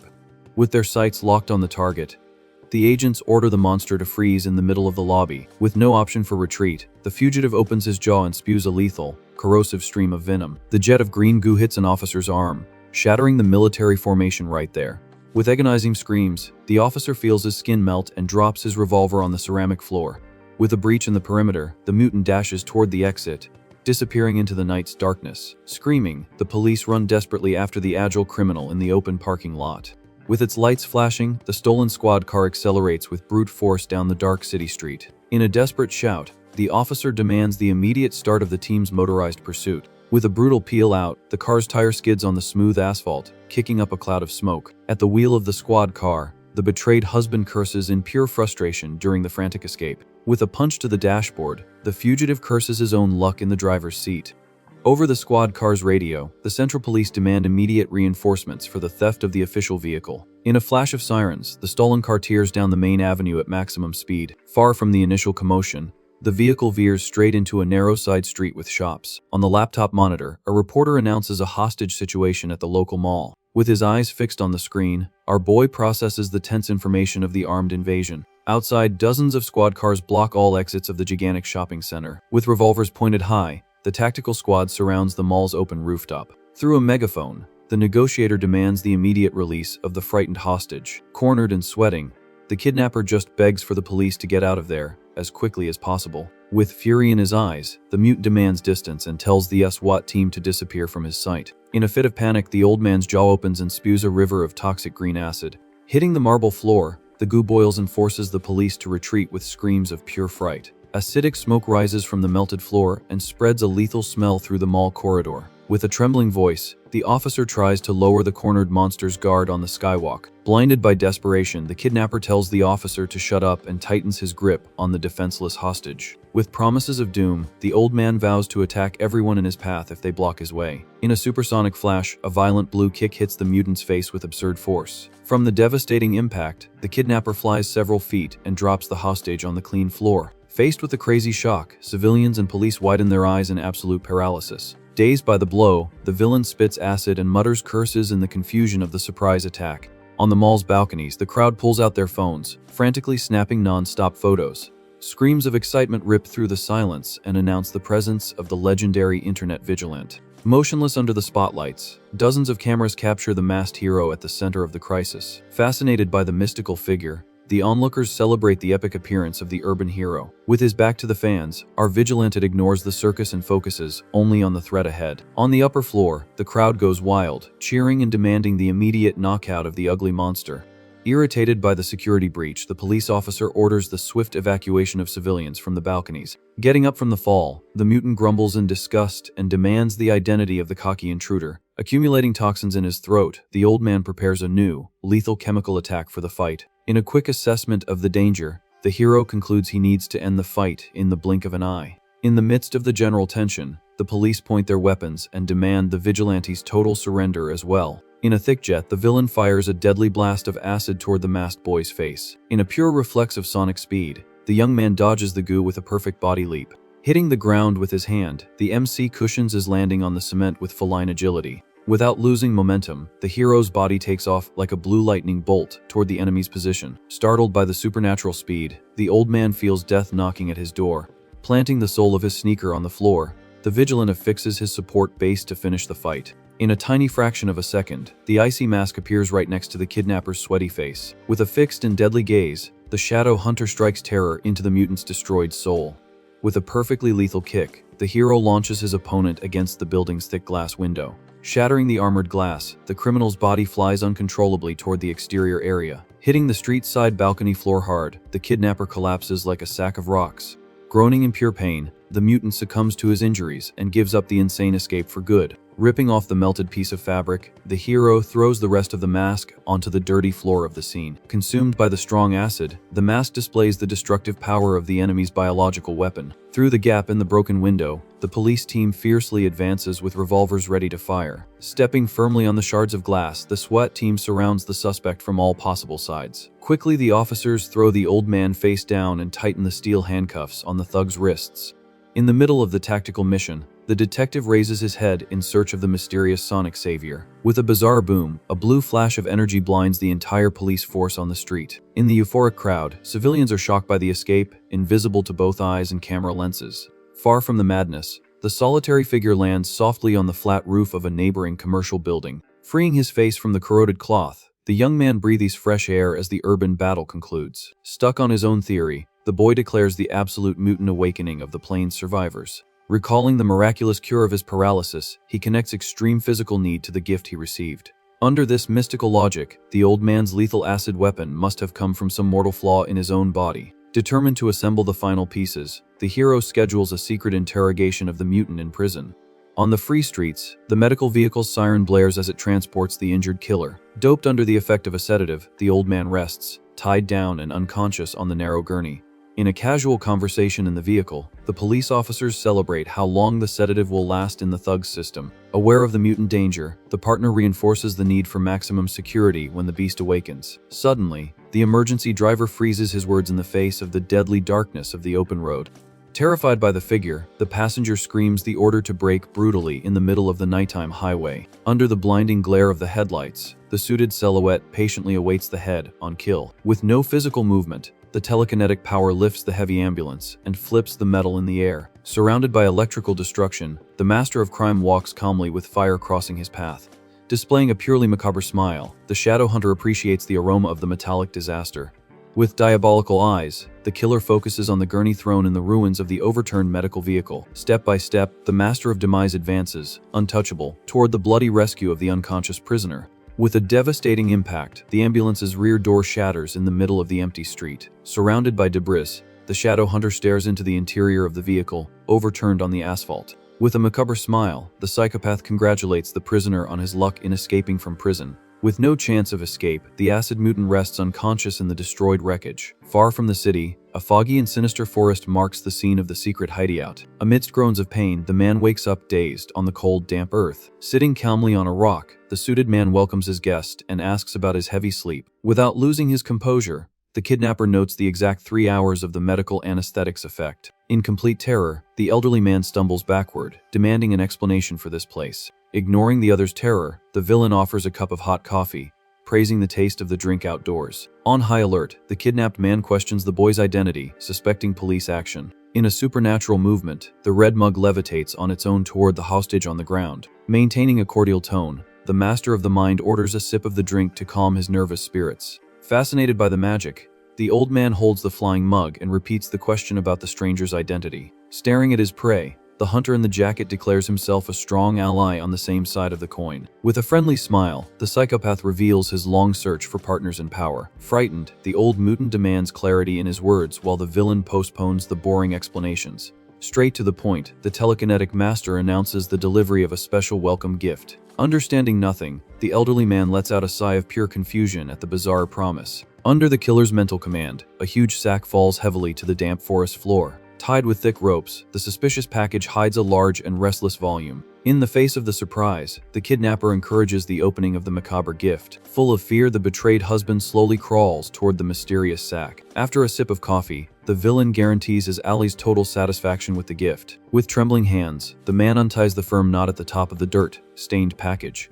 Upon revealing the contents, the color drains from the old man's face in a wave of absolute shock. Gagged and terrified, the traitorous wife cries on her knees inside the thick cloth, completely in disbelief. The husband questions the woman's capture in the middle of nowhere. Refusing gratitude, the sadistic hunter grants full permission to torture the tramp in any way. Faced with her end, the prey writhes in absolute desperation and muffled cries. Consumed by the pain of the past, the husband stares at his tied-up wife with gritted teeth. In the middle of the cold fog, silence dominates the deadly meeting of the three survivors of fate. In a swift gesture, the man's hand rips the duct tape from the desperate woman's mouth. Sobbing, the false partner swears love and promises absolute fidelity, begging for a second chance. Drowning in her lie, she justifies the betrayal with fear and pleads for the acid monster's forgiveness. With his face covered in scars, the man clenches his jaw, fighting against his internal fury. With a firm posture, the betrayed husband turns his face and makes the final decision of the night. With a choked voice, he orders the woman's immediate escape, vowing eternal disgust for her presence. Without the courage for homicide, the old man demands his ex-wife's definitive disappearance from his sight. In an explosion of relief, the woman turns her back and runs on her knees, tearing through the forest fog. Screaming loudly, the fugitive disappears into the dense woods, fearing a reversal of the peaceful decision. Fleeing barefoot over the rocks, the poor woman vanishes from sight without looking back for even a split second. Suddenly, a sharp scream of pain and terror breaks the dark peace of the natural hideout. Disappointed by the mercy, the psychopath questions the useless forgiveness and calls the scene pure boredom. Annoyed by the wasted effort, the villain criticizes the colossal waste of the surprise gift. In the distance, the woman stumbles and cries, pleading for her useless life to be saved. In a pure turn of hatred, the husband's eyes widen, and he fires a monstrous blast of green venom. In a lethal, corrosive impact, the acidic goo hits the cowardly fugitive square in the back. In desperate screams, the mutant unleashes all his frustration in the fatal attack. Melted by the acid, the traitor falls lifeless to the cold ground under the distant gaze of the two men. Consumed by the toxin, the woman's flesh evaporates in a green and deadly smoke.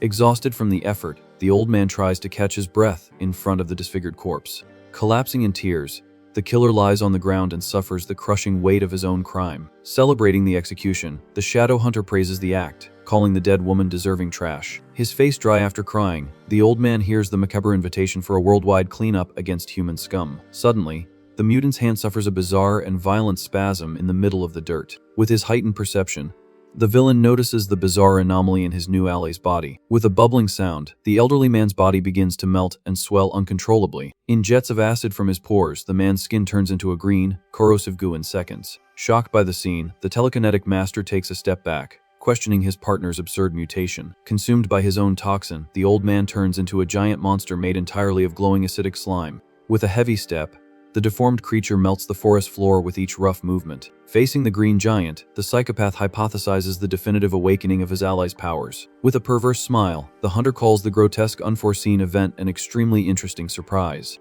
Without warning, the beast fires a violent jet of pure venom directly at the master. In a perfect dodge, the villain evades the mortal attack and saves his own skin from melting.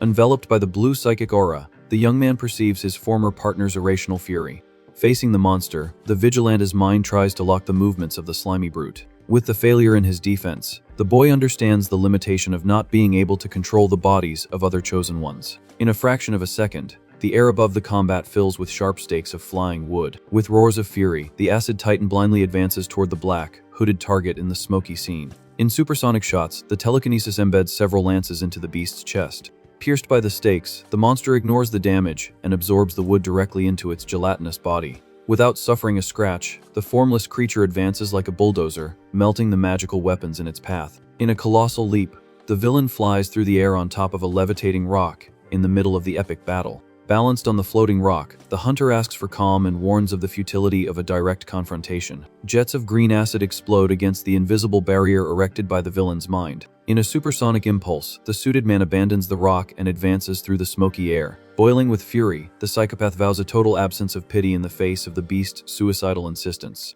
Under mental command, massive wooden trunks rip through the earth with a deafening roar. Surrounded on all sides, the gooey creature is trapped in the colossal trap. In a brutal impact, the heavy wood collapses with maximum force on top of the greenish target. Clouds of dust and destruction rise to the heavens, hiding the result of the crushing blow. Landing on the ground, the telekinetic master observes the crater with a blank expression. Suddenly, the debris trembles violently, breaking the forest's silence. In an explosion of brute force, the acid mutant shatters the wooden prison into 1,000 pieces. Roaring, the monster spews venom in all directions like a lethal fountain. Caught by surprise, the hunter's eyes widen as allies' absurd resistance. In a mass attack, the beast fires hundreds of acid needles toward the enemy. Using enhanced reflexes, the boy slides across the battlefield, fleeing the corrosive rain. In a dangerous graze, a toxic drop hits his jacket sleeve and instantly melts the fabric. His face hardening, the villain grits his teeth, frustrated by the imminent danger. To avoid the lethal shower, the hunter leaps toward the clouds, abandoning the contaminated ground. By the force of thought, a gigantic column of water explodes from the surface of the nearby lake. Compressed by telekinesis, the water gains height and creates a brutal, crystalline vortex. Without hesitation, the villain's body dives straight into the middle of the floating aquatic whirlpool. Protected by the liquid, the hunter's face displays pure concentration and mystical dominion. Suspended in the air, he manipulates the giant water bubble like an unbreakable armor. Far away, a lone fisherman enjoys a calm moment on the serene lake shore. With cold hands, the civilian holds a thermos, seeking comfort. In a slow sip, the elderly man savors the drink, unaware of the nearby war. Lowering his cup, the old man pulls out his binoculars, attracted by a strange noise on the horizon. Through the magnifying lens, the sight of a body in free fall leaves the fisherman in shock. Right next to it, the colossal aquatic structure defies gravity in the middle of the woods. In the face of the apocalyptic scene, the entire landscape reflects the brutality of the mystical combat. Lost on the battlefield, the acid giant grunts in search of its missing target. From its deformed claws, the venom drips and destroys the damp earth beneath its feet. In a deafening roar, the beast lets out a cry of fury toward the clouds. Next to the melted corpse, the monster exudes pure killer instinct in the clearing. Lifeless on the ground, the traitor's body marks the beginning of the whole tragic night. Suddenly, the gooey head raises its face, noticing the approaching danger. In a quick turn, the creature shifts its focus to the origin of the aquatic roar. With its fists armed, the toxic titan firms its leg base for the impact. Tearing through the sky, a brutal torrent of water plummets like a focused tsunami. The liquid impact hits the earth and raises a wall around the beast. Riding the powerful jet, the hunter dives from the heavens like a war god. With a smile on his face, the villain confesses an ironic thank you to his ex-ally. Bathed in a red aura, the psychopath celebrates his own mystical evolution in the battle. In a devastating attack, the water takes the form of a drill and advances against the acid. Commanding the storm, the Vigilante surfs the mortal jet to the point of collision. In a colossal impact, the torrent of water slams into the mutant's body full force. By the force of the blow, the liquid envelopes the gooey creature in a high-pressure prison. Suffocated by the vortex, the monster lets out a groan of agony in the middle of the whirlpool. With his eyes on fire, the telekinetic master pours all his energy into the trap. Under mental command, the liquid closes in and forms an irreducible floating sphere. At extreme speed, the aquatic globe spins and neutralizes the acid attack. Stepping on solid ground, the hunter admires the finished prison with pure arrogance. With slow steps, the sadist closes the distance to the suspended giant bubble. In front of the globe, the villain stares at the imprisoned old man, like a fish in an aquarium. In an icy tone, he blames the old man himself for forcing him to use that maximum power. Inside the bubble, the toxic titan fights violently in search of a breach. Without oxygen, the beast loses its strength and succumbs to the crushing weight. In an act of desperation, the green venom mixes with the current and loses its lethality. Consumed by the constant pressure, the monster's physical form disintegrates. Without a trace of pity, the executioner watches the grim end of his former partner. With a dry pop, the globe bursts and dumps the weakened body onto the dirt floor. Reduced to nothing, the man crawls on the ground amidst the enemy's icy taunts. In the reading of the sentence, the psychopath dictates the absurd danger of keeping the beast alive in the city. Suddenly, the hunter's jaw locks at a suspicious glow on the defeated body. In contact with the mud, the beast's eye lights up a magical blue. Caught completely by surprise, the villain mutters confused curses at the anomaly. From the fallen body, a colossal blast of light explodes, illuminating the dark forest. In a bizarre attraction, the beams of energy fly and pierce the executioner's pupils. Overcome by an invading force, the psychopath roars in pain, smoke coming from his face. Without muscular strength, the master collapses to his knees, his nails digging into the asphalt. Deep in his dilated iris, a mystical symbol imprints the signature of an absorbed power. Little by little, the light fades, returning the boy's gaze to its dark, normal state. Gasping for air, the young man tries to relieve his exhaustion amidst the scene of destruction. Without the toxin in his blood, the elderly man regains his human form upon his definitive end. With a hand on his own face, the villain whispers tense questions about the newly stolen strength. Wearing an orange vest and a fishing hat, a mysterious man observes the isolated landscape from a high cliff. In the middle of the foggy forest, a body rests completely sprawled on the damp earth. In a quick jump, the man in the vest descends to the lower area, where the corpse is lying. Using binoculars, the investigator analyzes the crime scene from afar to ensure the location is safe. He quickly breaks into a frantic run toward the fallen man. Slowing his pace, the man finally gets close to the victim and assesses the situation up close. From his vest pocket, the investigator pulls out a surgical swab and prepares to collect a sample. Without any disgust, the gloved hand rubs the swab directly in the acid, spewing old man's mouth to get DNA. Carefully pocketing the evidence, the man ensures the main mission was a success. With his phone to his ear, the mysterious man informs his boss that the job is completely finished. Staring at the lifeless body on the ground, he promises to finish cleaning up the scene and return to base. Suddenly, the mood changes, cutting directly to a flashy notification from the Real Man Show channel blinking on the screen. Super excited on the broadcast, the masked YouTuber yells that the hero star Sonic has saved the citizens again, defeating the acid monster at the mall. Pointing to the rescue footage, the host shoves it in their faces that the police were useless, while the Vigilante crushed the villain in the blink of an eye. Full of himself, the internet gossip fawns over his idol, saying he disappeared quickly because he's modest and exudes so much charm. Suddenly, the show's tone turns serious, and the masked man drops a big "but" to grab the audience's attention. Showing a photo of the overturned squad car on TV, the host reminds everyone about the news of the accident involving the acid monster's transport. In his excitement, the YouTuber drops the bombshell that the toxic beast simply vanished from the crash site without a trace. With a sinister smile under his mask, the guy raises a conspiracy theory, questioning whether the villain escaped on his own or had help. Promising to dig to the bottom of this story, the channel ends the broadcast, vowing to reveal the truth while our black-haired MC watches intently. Completely shocked by the gossip, the boy's eyes widen, and he mutters in a cold sweat that it's impossible for the old man to have just vanished like that.